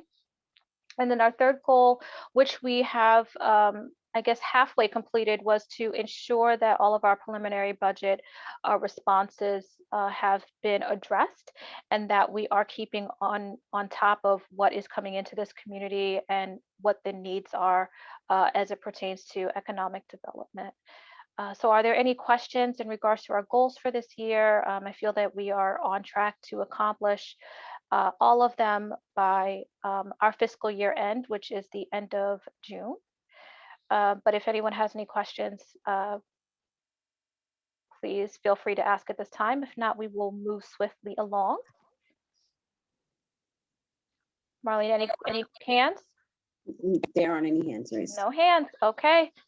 All right, so next we are moving on to old business. So just wanted to give you guys a quick update. We had a presentation from the CARI group last month, and I did receive some updated information, but still waiting for a few other things from them. But we did receive information on the local hiring, which is currently at 14%. However, there is an email circulating around that they are hiring, but not is hiring at this time. And so it's up to us to help to get to that 30% and over. We don't want to just reach the 30%. We would like to get over that 30%. But everyone hopefully received the flyer. If not, we will circulate around, and I'm sure it will be on our next email blast, but they are hiring. So that is very encouraging. The statistics were also provided in regards to the number of units, and I can share that with the committee. I have not done so yet, but I did receive that and can share that out with the committee so that you all can review. But I do feel like this project is one where they are engaging with us, which is great, number one. Number two, they do seem to be committed to connecting with the community on all fronts. If you remember, they have a grocery store that is coming that has indicated they are committed to hiring locally. The project overall in terms of construction, they're hiring locally, and they are, I believe, paying above I guess proposed wage for construction. I believe they're paying between $20 and $25 an hour. They have been responsive. So I do want to make that note. I know that we, want to make sure that we are on top of our developers that come into this area. But again, I will share the other information that was shared with me, but I just wanted to give that update to the group. Are there any general questions regarding that? Hi, Marissa. I'm so sorry. My internet timed out for 30 seconds. Okay, no, you're fine. I just recently asked if there were any questions. Do you see any hands? If not, we'll move on. I don't see any hands. I'm just glad I didn't interrupt your meeting. No, thank you. No, that's fine. Thank you. Thank you for your help today. Okay, so moving, is there anyone else that has any information to share in old business? Okay, if not, moving forward. Okay, new business.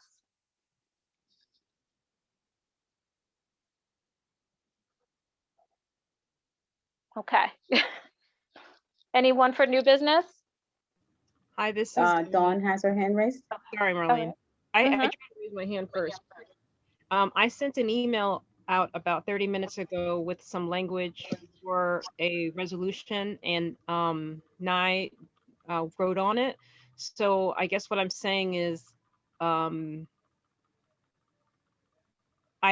willing to read it now, or I'm willing to wait until the next meeting, but I do feel that urgency that Mr. Guzman was talking about. Yes, so yes, if you could state the resolution, that would be great.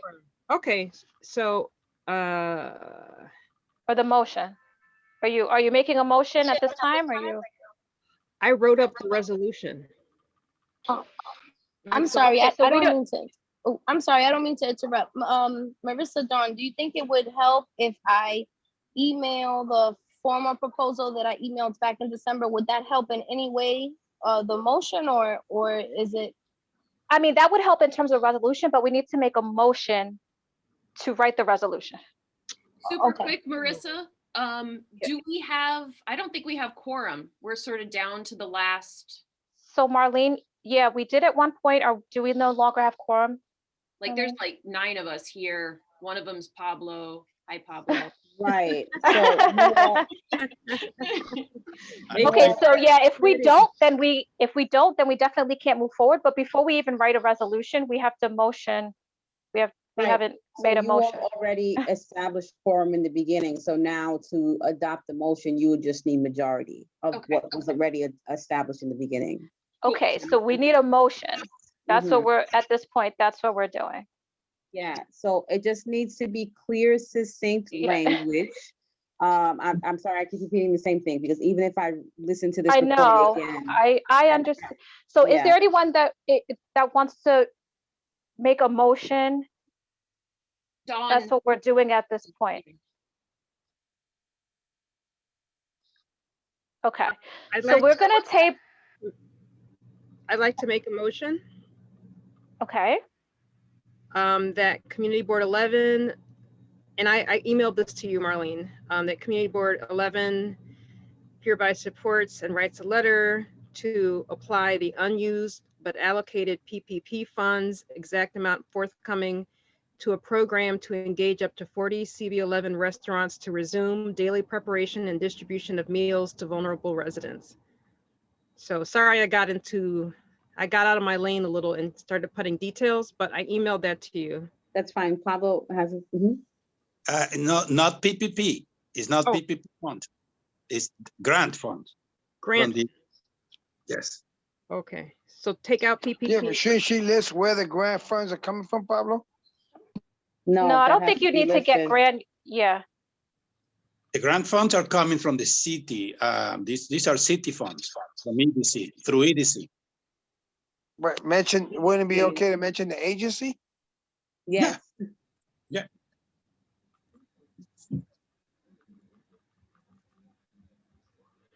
So Dawn, you can reread it and remove the PPP, put grant, and then put the agency. So you're writing a letter in support of. Yep, and I'm updating this, and then as soon as you look, you're gonna have it in your email. Mm-hmm. So now so Community Board 11 hereby writes a letter of support to apply the unused but allocated city. Who's applying? I'm sorry. I'm so sorry. Sure. Community Board 11 hereby writes a letter in support of. Oh yeah, that's better. Who's supporting it? In support. Or in support or to support union settlement. Oh, okay, yeah. Not union settlement. Because I should not be involved in the motion, but in support of allocating leftover funds from the first round of the East Harlem Business Grant for the benefit of the local merchants that continue to persist having hardship. So, go ahead. Go ahead, Marley. Is it a conflict of interest if Pablo, if you are stating the motion of support? So I know you're giving context. Okay, yeah. So it's not you will just say that it's not union settlement. It's not union settlement. Yes. Okay. Interest with me there. The East Harlem grant is who we should name. Yeah. So it would be a letter of support to allocate to ask for the allocation of leftover funds from the first round of the East Harlem Business Grant for the benefit of local merchants who are still suffering from hardship. And then you can word in there that these are funds from EDC. Okay, so my next question is, who's doing the asking and who did the allocating? The asking is Community Board 11. CB11. Yes. So, right, you all are writing a letter in support of someone asking a question or someone asking for something. You're supporting the ask. So who's doing the asking? Does that make sense? Settlement, right? So someone asks for apples and you want to support them in the request for apples. So who is asking for the apples? Would it be restaurants or small businesses? Would be the restaurants, but I don't know if it's too vague to say on behalf of the local restaurants. Sure, you can say that, but there needs to be a noun in there somewhere, like a subject, something.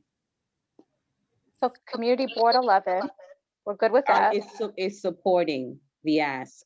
Yes, you guys are somebody. Okay, it's supporting the. Go ahead. So Community Board 11 is supporting whoever is asking for the reallocation of these funds. That's clear. But what I'm not clear about is who is doing the asking. If you guys say that you're doing the asking, then that's fine. Then you just have to tell me that. But if you're supporting someone else asking for something else to be redistributed, then you have to tell me who are you supporting? Oh, okay, Pablo, would got it it. be, So would it could be it the, be Union? Go ahead.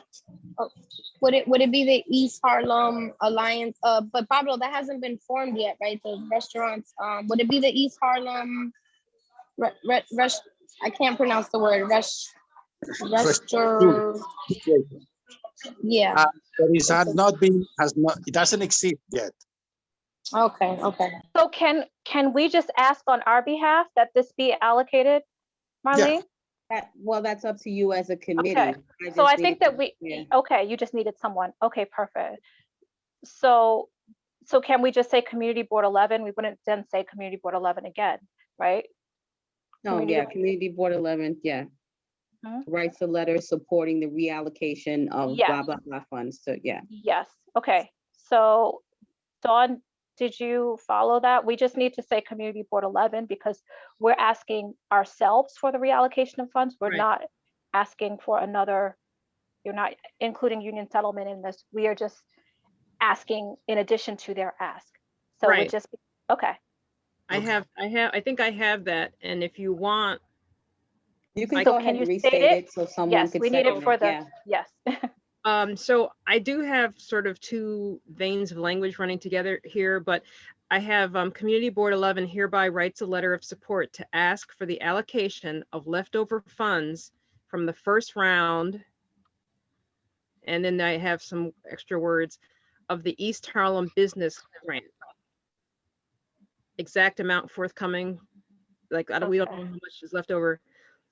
And then Pablo actually said it better than me because I still have a program to engage CB11 restaurants to resume blah, blah, blah.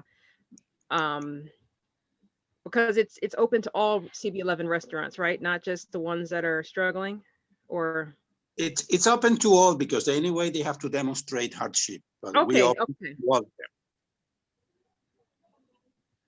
To engage CB11 restaurants experiencing hardship. Yeah.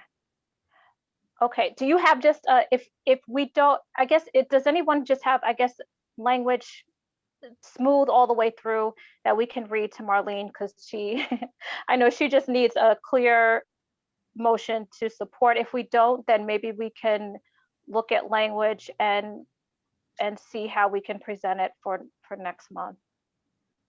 I think I'm not able to see what was sent. I'm gonna resend what I just kind of read cleaned up. Okay, but you'll still need to say it. Marlene needs to hear. She needs to. I'm sorry. I feel like so we just need to say. So CB11 hereby writes a letter of support. Hold on. Say it. Just say it slowly. Oh, okay. I'm sorry. CB11 hereby writes. I'm sharing my screen, so it's difficult for me to move through email. Oh, I'm sorry. It's okay. I'm on my phone. CB11 hereby writes. What are the next words? A letter of support. Okay, stop. A letter of support. Yep. To ask for the allocation. Okay. Of leftover funds. From the first round. Of the East Harlem Business Grant. Of the East. And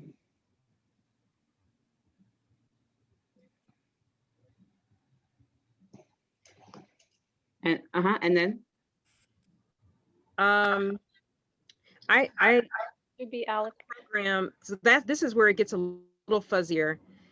Because I had called it a food drive and then I made it more vague. But I would just say to a program to engage CB11 restaurants experiencing hardship. To engage restaurants in Community District 11 experiencing hardship. Right. Engage restaurants in CD11 experiencing hardship. Does it have to be specific to restaurants? Is not money for everyone, and restaurants have the greatest multiplication effect on the economy. So it is restaurants only.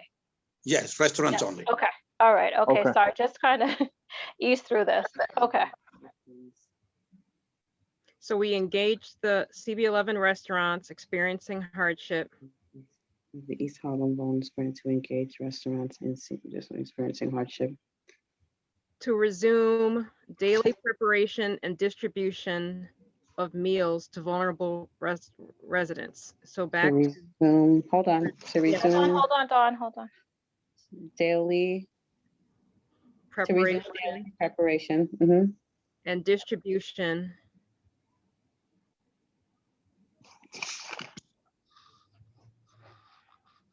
Mhm. of meals to vulnerable residents.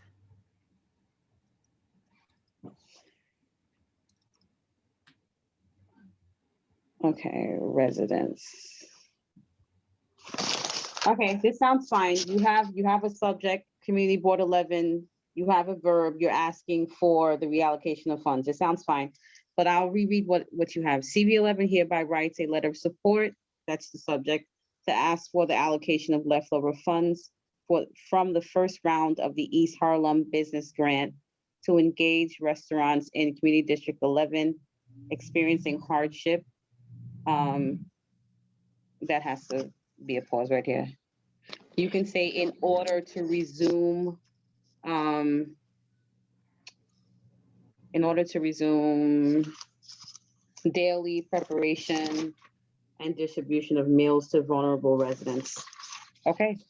Can I just make one quick suggestion? That's sorry, funny, but instead, guys, instead of a letter of support, can we make this a letter of request? Because this sounds like more of a request. It's true. Yeah, a letter of support. Well, it requesting this initially action. started as a letter of support because we were supporting union settlement, but if we're Right, just but we now can't do it with union settlement. So now this is a letter of request to the city, to the agency, to reallocate or to allocate these funds in this manner. So it's more like a letter of request. We're requesting this. Just a suggestion. Right.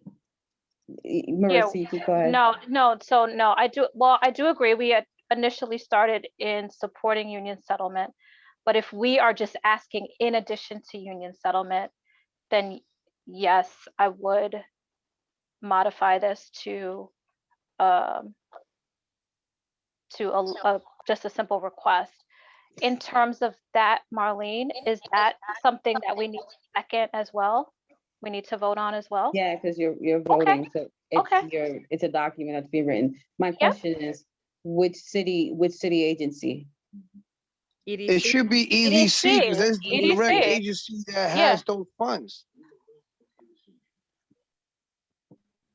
Economic Development Commission, or is it? Right, and we should So address it'll it to the be- commissioner, or and maybe Okay, Pablo hold could tell on. what department within the agency has those funds. 'Cause we should pinpoint where those monies are and address the letter to that department, or to even whoever heads that department, or Well- commissioner or assistant commissioner. So that's fine. So that's fine in terms of contacting EDC, but Pablo, who have you sent it to? Because then if this is in addition to, then we send in addition to, right? Like, we're not starting our own thing. We are actually not necessarily supporting you, but we also want to fund this. So I think we start there. But let's, before we move on, can we vote on this? Can we vote on this language? Just 1 second before you guys go into a vote. So if it's a request, CB11 hereby writes a letter to request that EDC reallocate. That's what you want to say? That EDC is doing the reallocation. That's where the funds are from, Pablo, correct? Yes. Okay. Okay. Okay, that EDC. So Dawn, do me a favor and just, since you're the one making the motion, I just need you to restate that on the record, specifically that it's coming specifically, the reallocation is coming specifically from EDC, please. Got it. And it has to be straight through. I thought I saw something come in from Jenny, but yeah. Yeah, so I've been typing as we've been talking, so I think I have it in the last chat that I put. So let me say it out loud, and then Dawn, you can repeat it as the motion, but like just Yeah, because it needs to be straight through. efficiency. Exactly. Yeah. So CB11 hereby writes a letter of request to EDC to ask for the allocation of leftover funds from the first round of the East Harlem Business Grant to a program in order to engage restaurants in CD11 experiencing hardship to resume daily preparation and distribution of meals to vulnerable residents. Perfect. Yeah. Boom. And That's Marlene, it. copy and paste that maybe from the chat. I know you have notes on notes at this point, but yeah. Perfect. Okay, so thank you, Jenny, for that. Dawn, do you want to state that straight through? Yeah, I have it written a little differently, but I'm gonna just that's here. So I would like to make a motion that we write a letter as a committee and submit it to the full board for the board to approve. And the motion is that CB11 hereby writes a letter of request to EDC to ask for the reallocation of leftover funds from the first round of the East Harlem Business Grant to a program in order to engage restaurants in CB11 experiencing hardship to resume daily preparation and distribution of meals to vulnerable residents. Can I get a second? Is there a second? Who said, I'm sorry. Second. Jenny. Yeah. Perfect. Okay. All right, so I'll go ahead and call the roll. I just need to. Can a motion pass if we don't have quorum? Can we still pass a motion? You Madam already Chair? had quorum in the beginning, so that still stands. You just need a majority at this point. Okay. Okay, so let me see who's still here. I'm not sure who's still here. I would hope you guys didn't go through all that for this not to pass. Yeah, okay. Agree. So Marissa, you're still here. Jenny, you're still here.